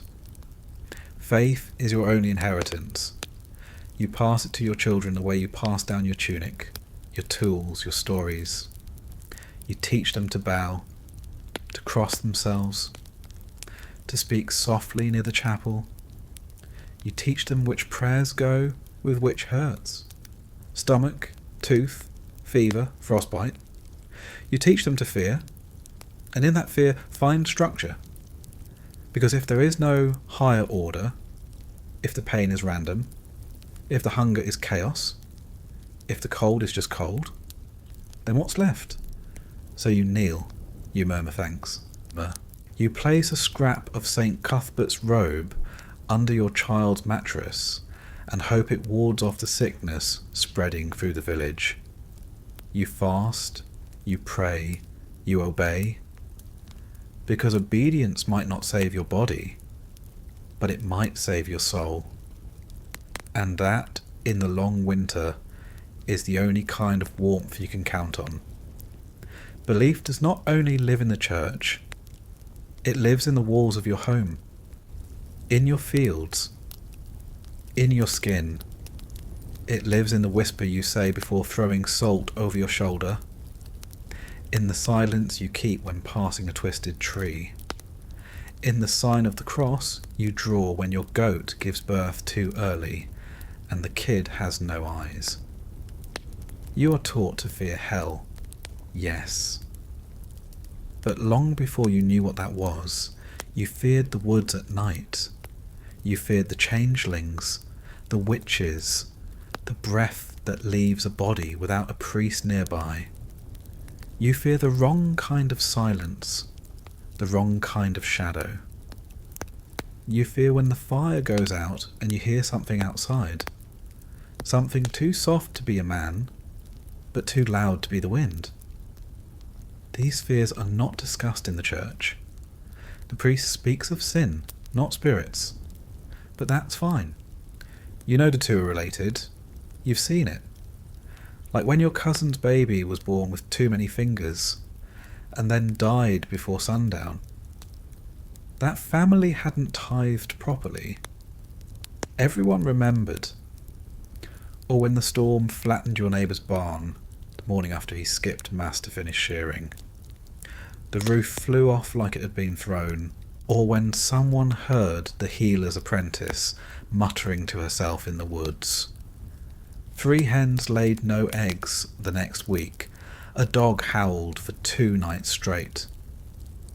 So you listened to the priest, yes, but you also listened to your grandmother, to the old woman at the edge of the village who ties red thread around doorways, to the way the animals act when a stranger approaches. Because faith is not just the cross and the chapel, it's the chill that moves through your blood when the sky turns yellow at dusk. It's the prayer you whisper not to God, but to whoever or whatever lives under the hill with eyes that see through snow. You wear charms. You don't talk about them too much. You hide them under your tunic. You tie them to your children's belts. A coin rubbed 3 times with spit and ash. A bone wrapped in wool. A piece of straw from last year's harvest tied into a loop and buried in the corner of the hearth. They aren't magic. Of course not. That would be sinful. But they're traditions. Folk wisdom. You don't challenge them because they work. Or at least they don't hurt. Besides, even a priest visits the old healer when his foot swells. He doesn't call it witchcraft. He says it's natural remedies. You nod and don't ask too many questions. You saw him once, under a full moon, leaving her hut with a jar. And when he's healthy the next week, you don't say anything. But you remember. Your morality is not abstract. It is shaped by survival. Lying is a sin. But if lying means your family eats, you do it. And then you confess. You confess before the priest and before the fire. You whisper your shame to the night. Stealing is a sin, but not if you steal bread from someone who has enough to spare. That's what old Wolf said, before he lost his hand. You were there when they took it. The bailiff made a speech, said the law was God's justice, and to defy one was to defy the other. The axe came down quickly. No ceremony. Just a scream and a wet sound. Wolf survived. He can't hold a scythe anymore, but he sharpens blades. Quietly. Carefully. He still goes to mass. He crosses himself with his left hand. You've never asked if he regrets it? You think the answer would depend on the day. Children are taught to fear disobedience before they are taught to read. Not that many read, of course, but they memorize prayers. They learn the rules. Never run in the graveyard. Never whistle after sunset. Never sleep with your head facing north. Never turn bread upside down. They are taught to bow to the priest, to the steward, to the sky when it rumbles.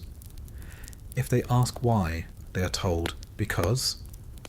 If they ask again, they are sent to gather wood. By the time they are 10, they no longer ask. You do not dream of paradise, not really.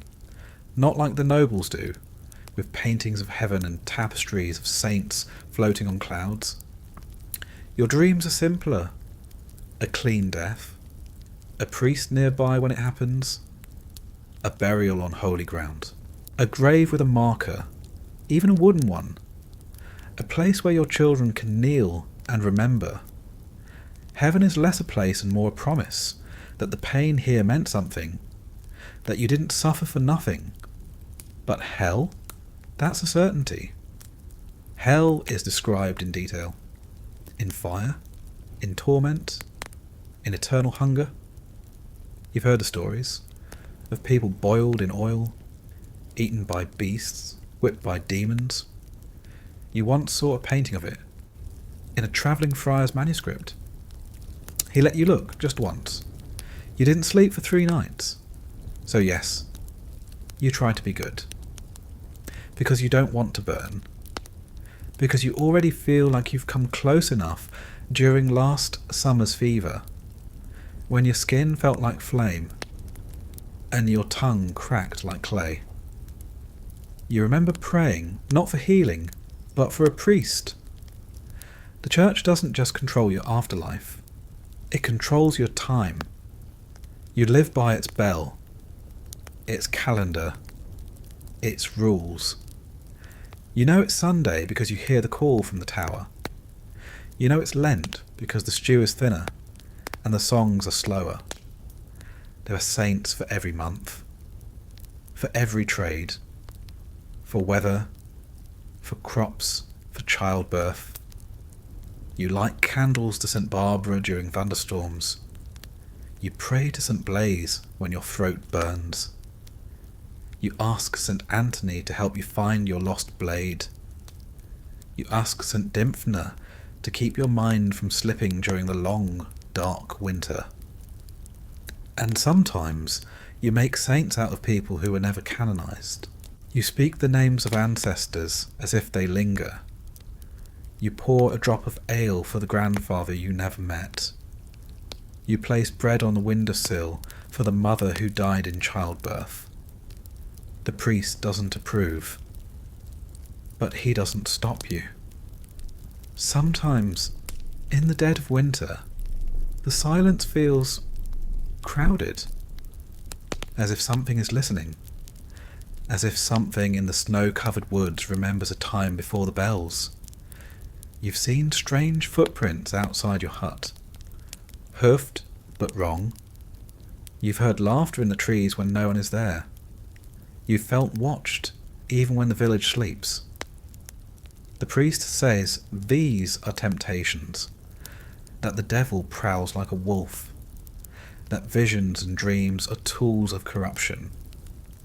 You believe him, but you still leave an offering near the boundary stone once a year, just in case. Just in case the old spirits are real. Not to worship, just to avoid offence. The gods may be gone, but you remember their shadows. You keep your head down, you say your prayers. And when something large passes through the woods at night, you close the shutters and don't open them until dawn. The truth is, belief is the only thing you're allowed to own.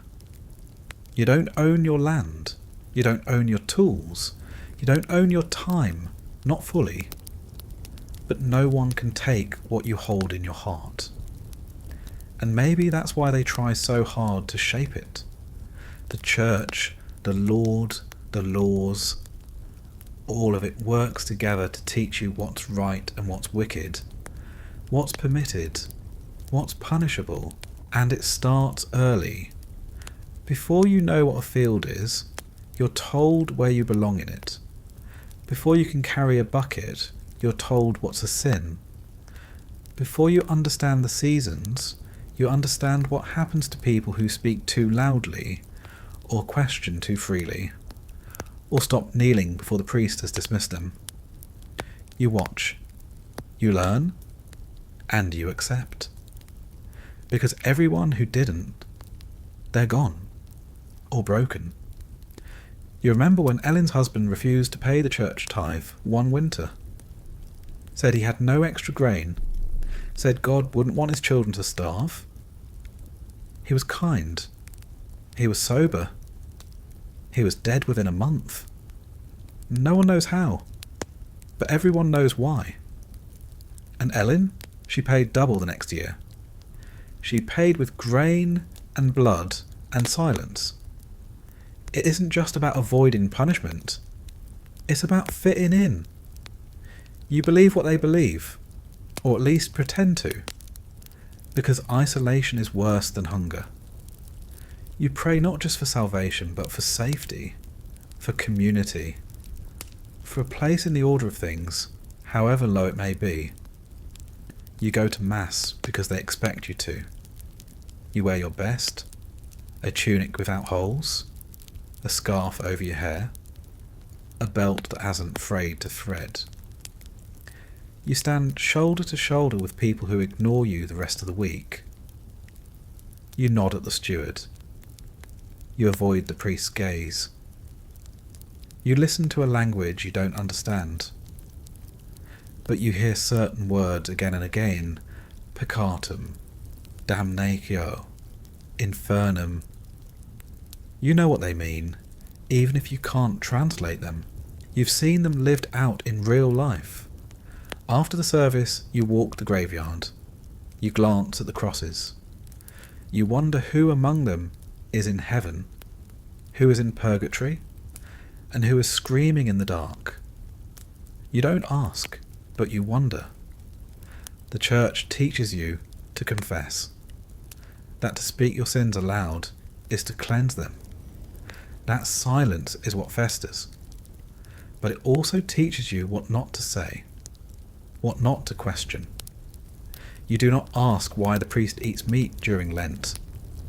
You do not ask why the Lord's bastard was baptized, but your stillborn child was not. You do not ask why the relic in the chapel looks suspiciously like a rabbit's foot, or why the church took your last 2 hens and left no blessing in return. You carry your doubts the same way you carry frostbite, hidden, aching, dangerous to reveal. And yet, belief persists, despite the fear, despite the hypocrisy, despite the silence. Because belief gives shape to your suffering. It makes it mean something. It makes you part of a story bigger than your own bruised hands and empty stomach. You are Job. You are Lazarus. You are the widow who gave her last coin. You are the one who will be lifted up after this life is done. That's what they promise. So you go on. Your house is a holy space, though no one would call it that. The priest never visits unless someone's dying. But still, you treat it like a shrine. You burn herbs in the corners to ward off illness. You keep dried flowers under the bed to ease nightmares. You sprinkle salt on the doorstep every new moon. You whisper the Lord's Prayer when the wind howls louder than it should. You teach your children the same. Your daughter has a cross carved into her spoon. Your son kisses the doorway before leaving. You mark their foreheads with soot during Lent. You rub oil on their feet when they're sick. Blessed oil if you can get it, or just olive if you can't.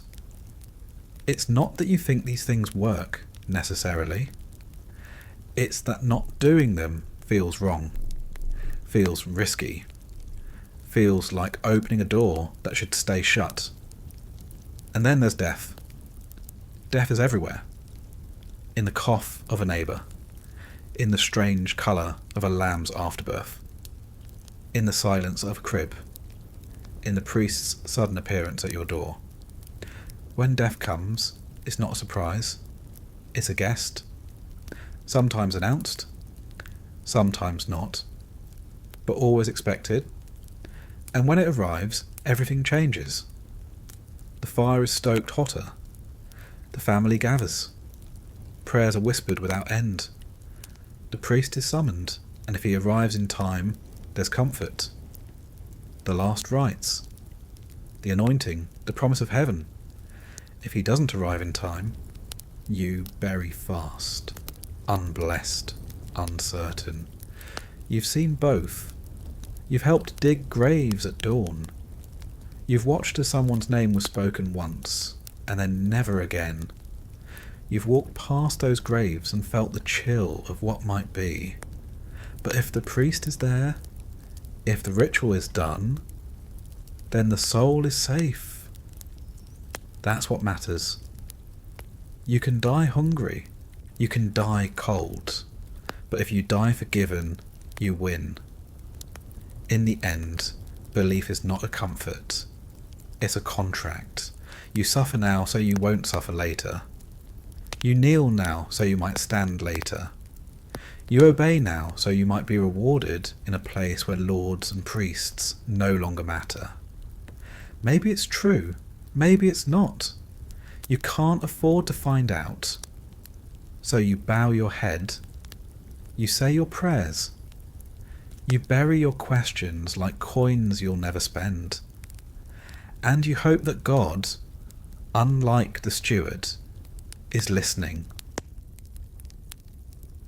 You get used to the smell of rot, not quickly, not easily, but eventually. Like cold, it stops feeling like an invasion and starts feeling like a condition, a feature of the air, like smoke or wet wool. It lives in the straw, in the wounds, in the mouths of old men and the rags of midwives. You wake to it, you sleep in it. And when it's strong enough, you know something has gone very wrong. This morning it's strong. Old Holwyn hasn't come out of his hut in 3 days. Someone checked on him yesterday, said his skin was the colour of ash, and his breath rattled like something loose in a barrel. Today there's no sound at all, just the smell, pushing its way through the door, like a fog that wants to be noticed. You don't go in. You don't need to. You've seen enough bodies to know what comes next. The reeve will send 2 boys to drag him out. They'll wrap him in sackcloth, bury him shallow behind the chapel. No priest, no rites, no time. The ground's too hard and the wind too sharp for ceremony. Maybe the priest will say a line or 2 on Sunday. Maybe not. Halwyn didn't tithe this winter. You walk past and nod to no one. That's how death works here. Quiet, cold, practical. Disease is everywhere, always. It lives in the corners, the cloth, the breath of the man beside you. You don't know the names. Sometimes the priest mutters them. Ague, pestilence, putrid fever. But they don't help. You know the signs. The sweating, the silence, the smell. When your neighbour starts coughing blood, you pack straw against the cracks in your wall and tell your children not to speak his name. You tie garlic to the doorway. You burn dried herbs over the hearth. You do everything you've ever been told, everything your grandmother whispered, everything the church pamphlets forbade. It doesn't always work. You remember the fever that took your cousin? She was 15, strong, always laughing. One day her hands were cold.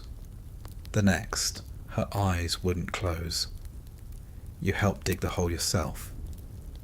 Frost came back that night and froze the shovels to the earth. She was still warm when you placed her in the ground. You told yourself it was just weather. You've seen worse. You were alive during the last pox. It started small, rashes mostly. Then came the swelling, the purple bruises that spread like spilled ink. People wept black, screamed until they stopped making sound. Mothers carried limp children into the chapel and begged until their voices broke. The priest said it was judgment, that God had grown tired of whispers and wanted screams. You believed him. You had to, because if it wasn't judgment, it was just chaos. And chaos is far worse than wrath. People bled from their gums, from their eyes. One man bled from his fingernails. You watched him bite down on his own hand to keep from screaming, then die anyway. You helped burn his hut. No one told you to. It's just what you do. Medicine, when it comes, is more dangerous than the illness. You've had a leech applied to your back to cure your cough. You've drunk boiled bone water for your aching knee. You've eaten dried mouse to soothe your gut. You've swallowed tinctures so bitter they made you sick before they helped. A healer once rubbed mouldy bread into a wound on your leg and said it would chase out the bad blood. You nearly lost the limb, but the wound closed. You call that success. Midwives whisper things they won't say in daylight. They tie knots in cloth while muttering spells. They smear herbs under the tongue and pray to saints that don't exist in any book. The priest disapproves until his stomach turns. Then he visits in secret. Everyone visits in secret eventually, because sickness doesn't care about sermons. And when the healer says to bury an egg under the hearth, you don't ask why. You just do it. There's no hospital, no surgeon, no rescue. If you fall and your arm bends the wrong way, it stays that way, or you cut it off. You've seen it done. A red-hot blade, a rope between the teeth, a prayer, a scream. Sometimes, if they're lucky, they live. Sometimes they bleed out before the screaming stops. One boy, 15 maybe, caught his hand in the mill wheel, crushed it to pulp. The steward said he was no good to work anymore. His father smothered him that night, gently, with a grain sack. Everyone understood. You brought stew the next day. And then there's war. Not often, but often enough. One year, soldiers passed through. Didn't say who they fought for. Didn't matter. They took your best goat, took 3 hens, took your cousin's wife. You heard her crying for 2 nights. No one did anything. Because what would you do? They had swords. You had mud. The priest told you afterward it was a trial, a test, that the meek would inherit the earth. You wanted to ask what was left to inherit. You didn't. The line between horror and normalcy is thin, and most days you step over it without noticing. You see a man coughing up worms, and no one screams. You see a child born with no eyes, and the midwife just nods and starts praying. You see a black cat walk through the graveyard backwards, and someone spits twice and marks their door with chalk. That's just life. The absurd is part of the order now. It's not the exception. It's the rhythm. You once saw the blacksmith pull a tooth from his own mouth with pliers. No screaming. Just one sharp jerk and a trail of blood that hit the dirt like hot wax. He rinsed his mouth with ale, spat, and went back to shaping horseshoes. You still think about the look on his face? Not agony, just boredom. Your own teeth are going. The ones in the back first. When they ache, you pack moss between them. Sometimes it helps. Sometimes you just live with it. Pain is not always a signal. Sometimes it's a companion. You know someone who hasn't spoken in 2 years. Just stopped one day. Still works the field. Still goes to mass. Just doesn't talk. No one asks why. You assume he saw something. Everyone has. There's the butcher's boy who claims he saw an angel in the smoke of a bonfire. There's the shepherd who swears the wind once told him where his lost lamb had gone. There's the widow who says her husband visits her at night and warms her feet. You don't laugh at them. You don't even disbelieve. You just nod and say, God works in strange ways. And you move on. Because if you stop and think too hard, your mind might crack. Like the boy from 2 villages over who started talking in rhyme and never stopped. He repeats the same 4 lines over and over every day while feeding the pigs. They don't let him near knives anymore. You've seen bodies float. After the flood last year, 3 of them surfaced in the fields. 2 were villagers. The 3rd was a man no one recognised, still clutching a coin purse and wearing boots with silver buckles. They buried the villagers. They burned the stranger. Not because he did anything, but because no one knew where he came from. Strangers mean curses. Everyone knows that. You've watched rats eat a corpse. It was in the old stable, abandoned after the fire. Someone had collapsed there. Probably drunk, maybe sick. By the time he was found, there wasn't much left. You were 10. You weren't supposed to see it. But you did. The rats didn't run. They just stared. You stared back, and then you both moved on. Every house has stories. The baby who spoke. The cow that cried like a man. The dream that came true. The bread that bled when cut. You don't question them. You pass them down. Because maybe they're true. And even if they aren't, the rules they carry keep you safe. Or saner. Or something like it. Winter is the season when reality begins to bend. Not because it gets colder, not just because of that, but because cold wears down the boundaries between the real and the imagined, between the sensible and the mad. After a while your body stops shivering. It's not warmth, it's surrender. Your fingers swell, then shrink. Your skin cracks open like old leather. You forget words, you forget days, and the night grows too long to trust. You wake up one morning and someone's missing. Sometimes they come back. Sometimes they're found in the woods, naked and grinning, arms around a tree like it told them something kind. Sometimes they never come back. Sometimes you find pieces. You remember one man who stripped off all his clothes and climbed the chapel roof in a snowstorm. Said he was a candle. Said he needed to burn for everyone's sins. By the time someone got to him, he was already stiff. Still smiling, they said it was God's will. You said nothing. When death comes slow, it brings more madness. There was a woman who tried to warm her dying husband by sleeping on top of him for 3 days straight. She wouldn't eat, wouldn't move. When they pulled her off, he was already gone, and so was she.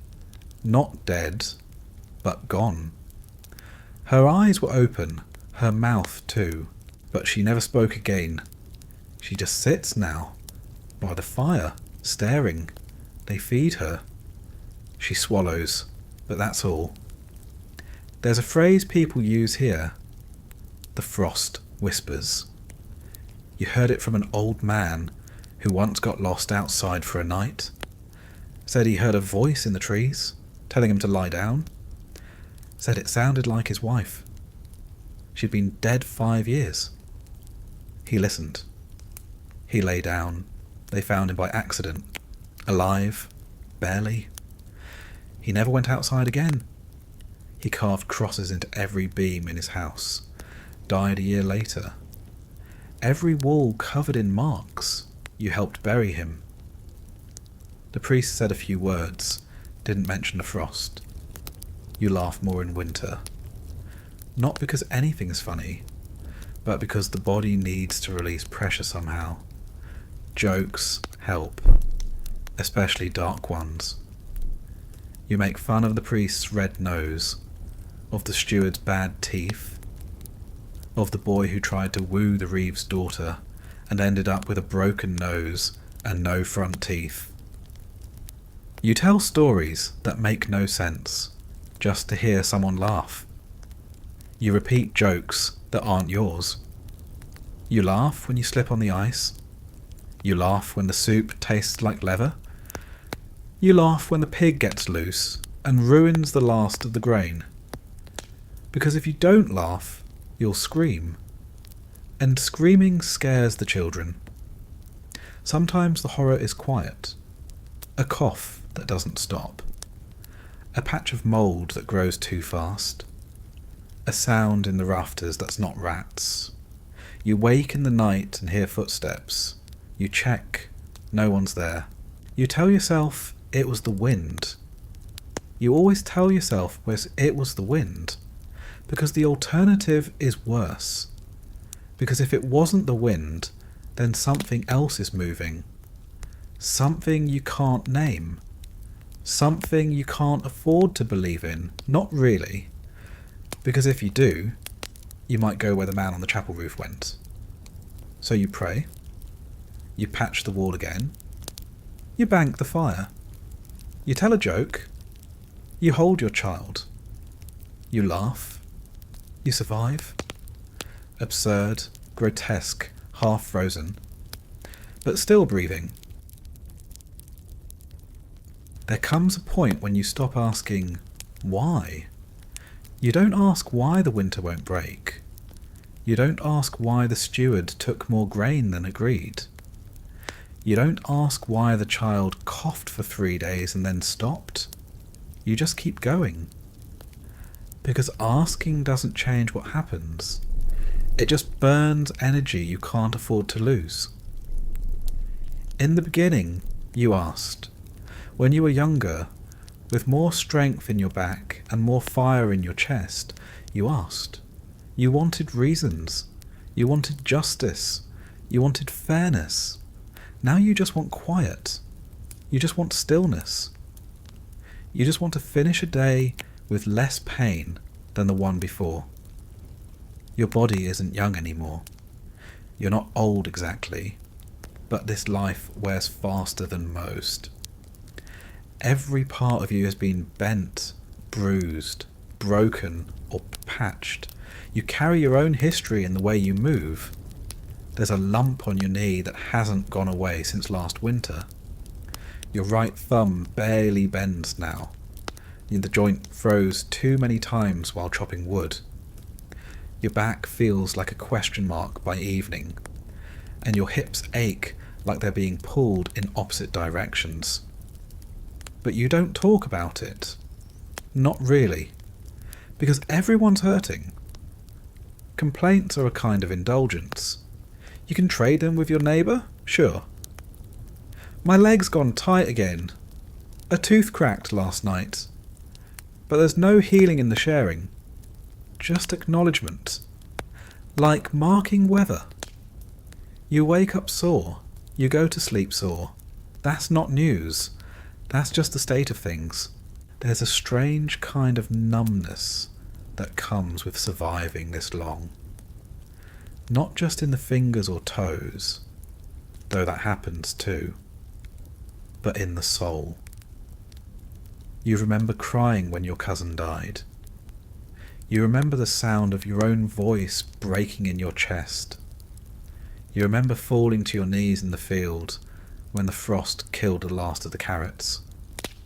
But that was years ago. Now you don't react the same way. You don't collapse. You don't scream.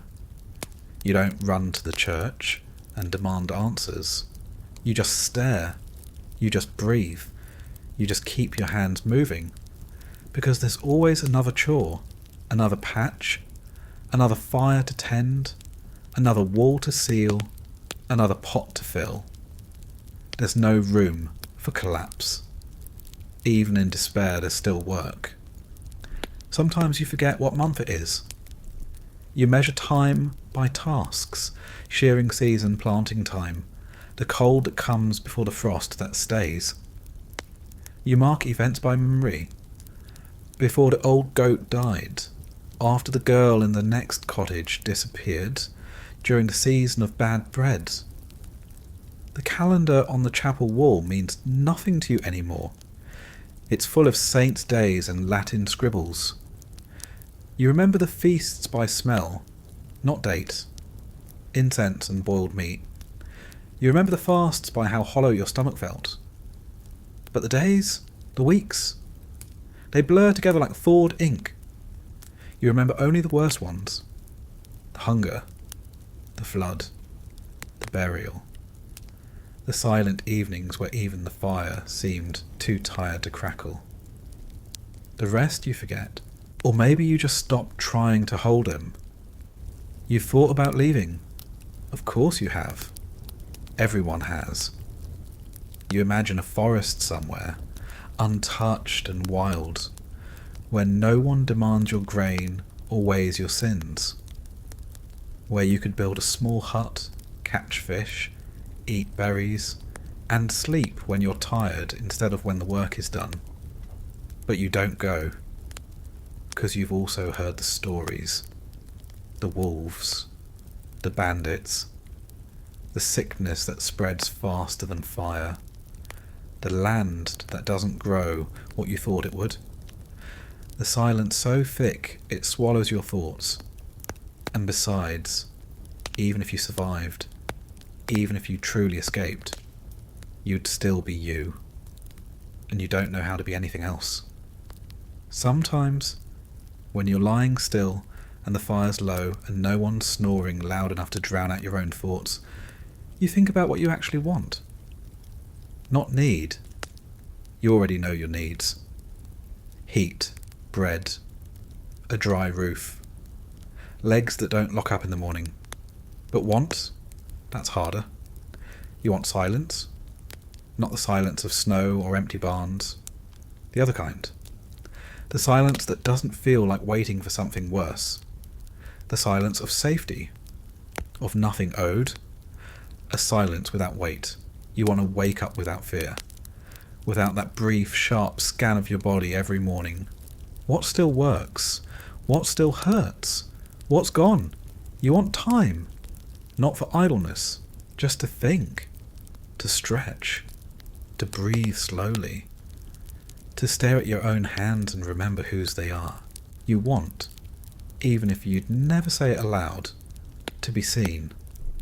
Not praised, not honoured, just noticed. To be called by name, not because you're late or guilty or needed, but because someone thought of you when they didn't have to. It's not much, but it feels far away. You don't think about love the way the stories describe it. There's no time for sighing over candlelight or poems scratched into bark. There's just partnership. Hands that help. Eyes that understand. a shared rhythm. Who gets the water? Who banks the fire? Who keeps watch when the baby wheezes at night? Kept going, you care deeply, fiercely, but it's a quiet kind of love. Not made of grand gestures, but of showing up. You don't say, I love you. You say, I saved the better part for you. I checked the roof. I heard the child cough, so I held her.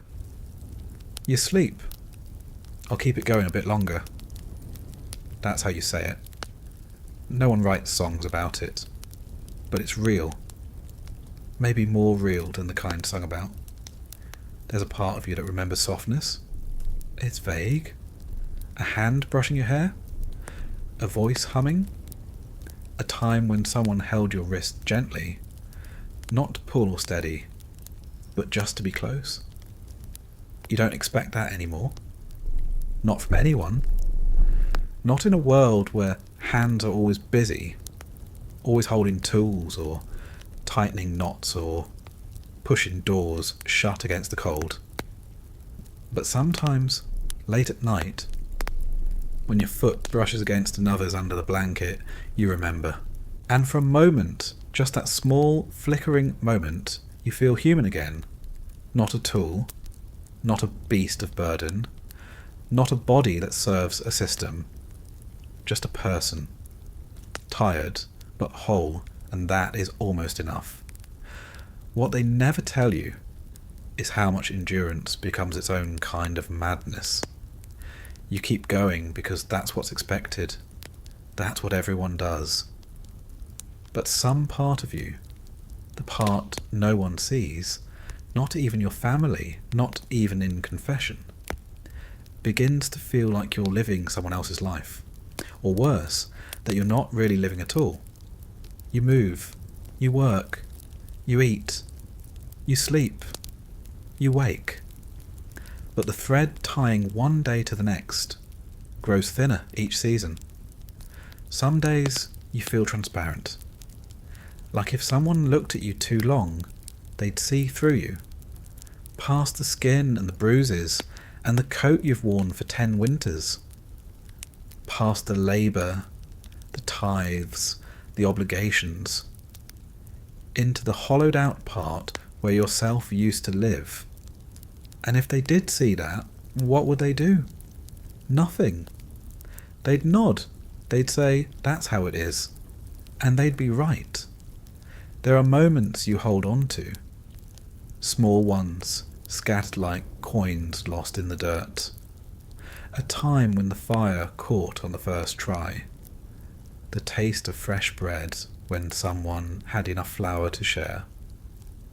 Your daughter laughing so hard she dropped the pail and spilled water everywhere.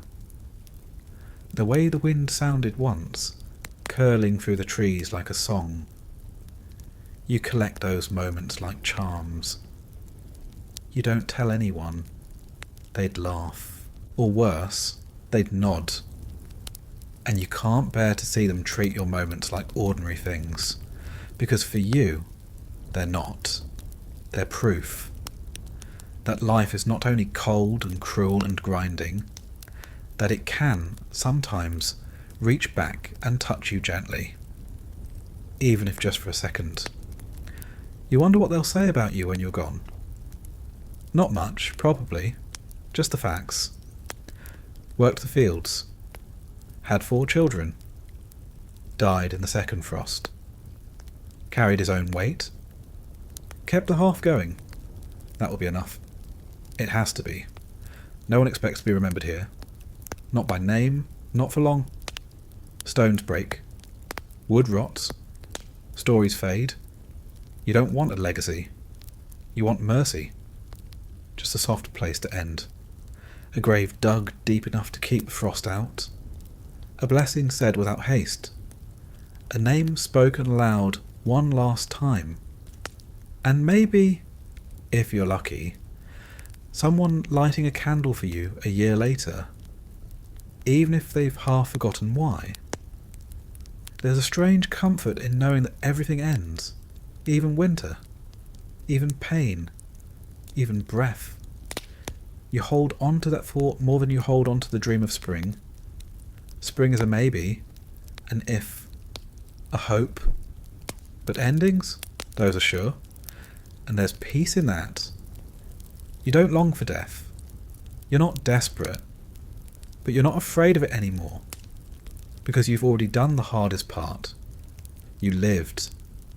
You endured the grind of hunger, the bite of cold, the ache of labour, the hollow of silence, the humiliation, the hope too dangerous to name. And somehow, through all of it, you stayed. Not because you're strong, but because you had no choice. And maybe, in some small, stubborn way, that counts for something. The fire is down to coals. The hut creaks softly in the wind. Not a protest.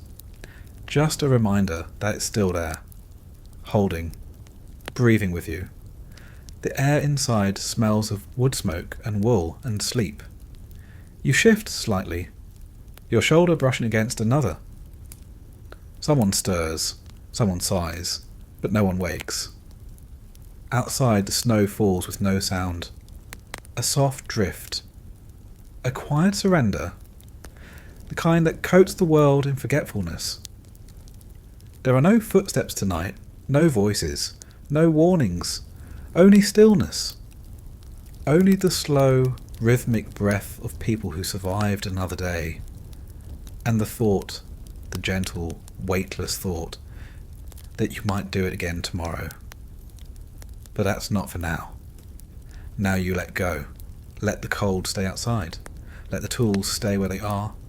Let the ache in your ribs be just that. An ache and nothing more. You close your eyes. You don't dream. Not yet. You drift. Into warmth, however small. Into silence, however temporary. Into peace, however earned. Let the fire fade. Let the last candle burn out. You made it. And now, you rest.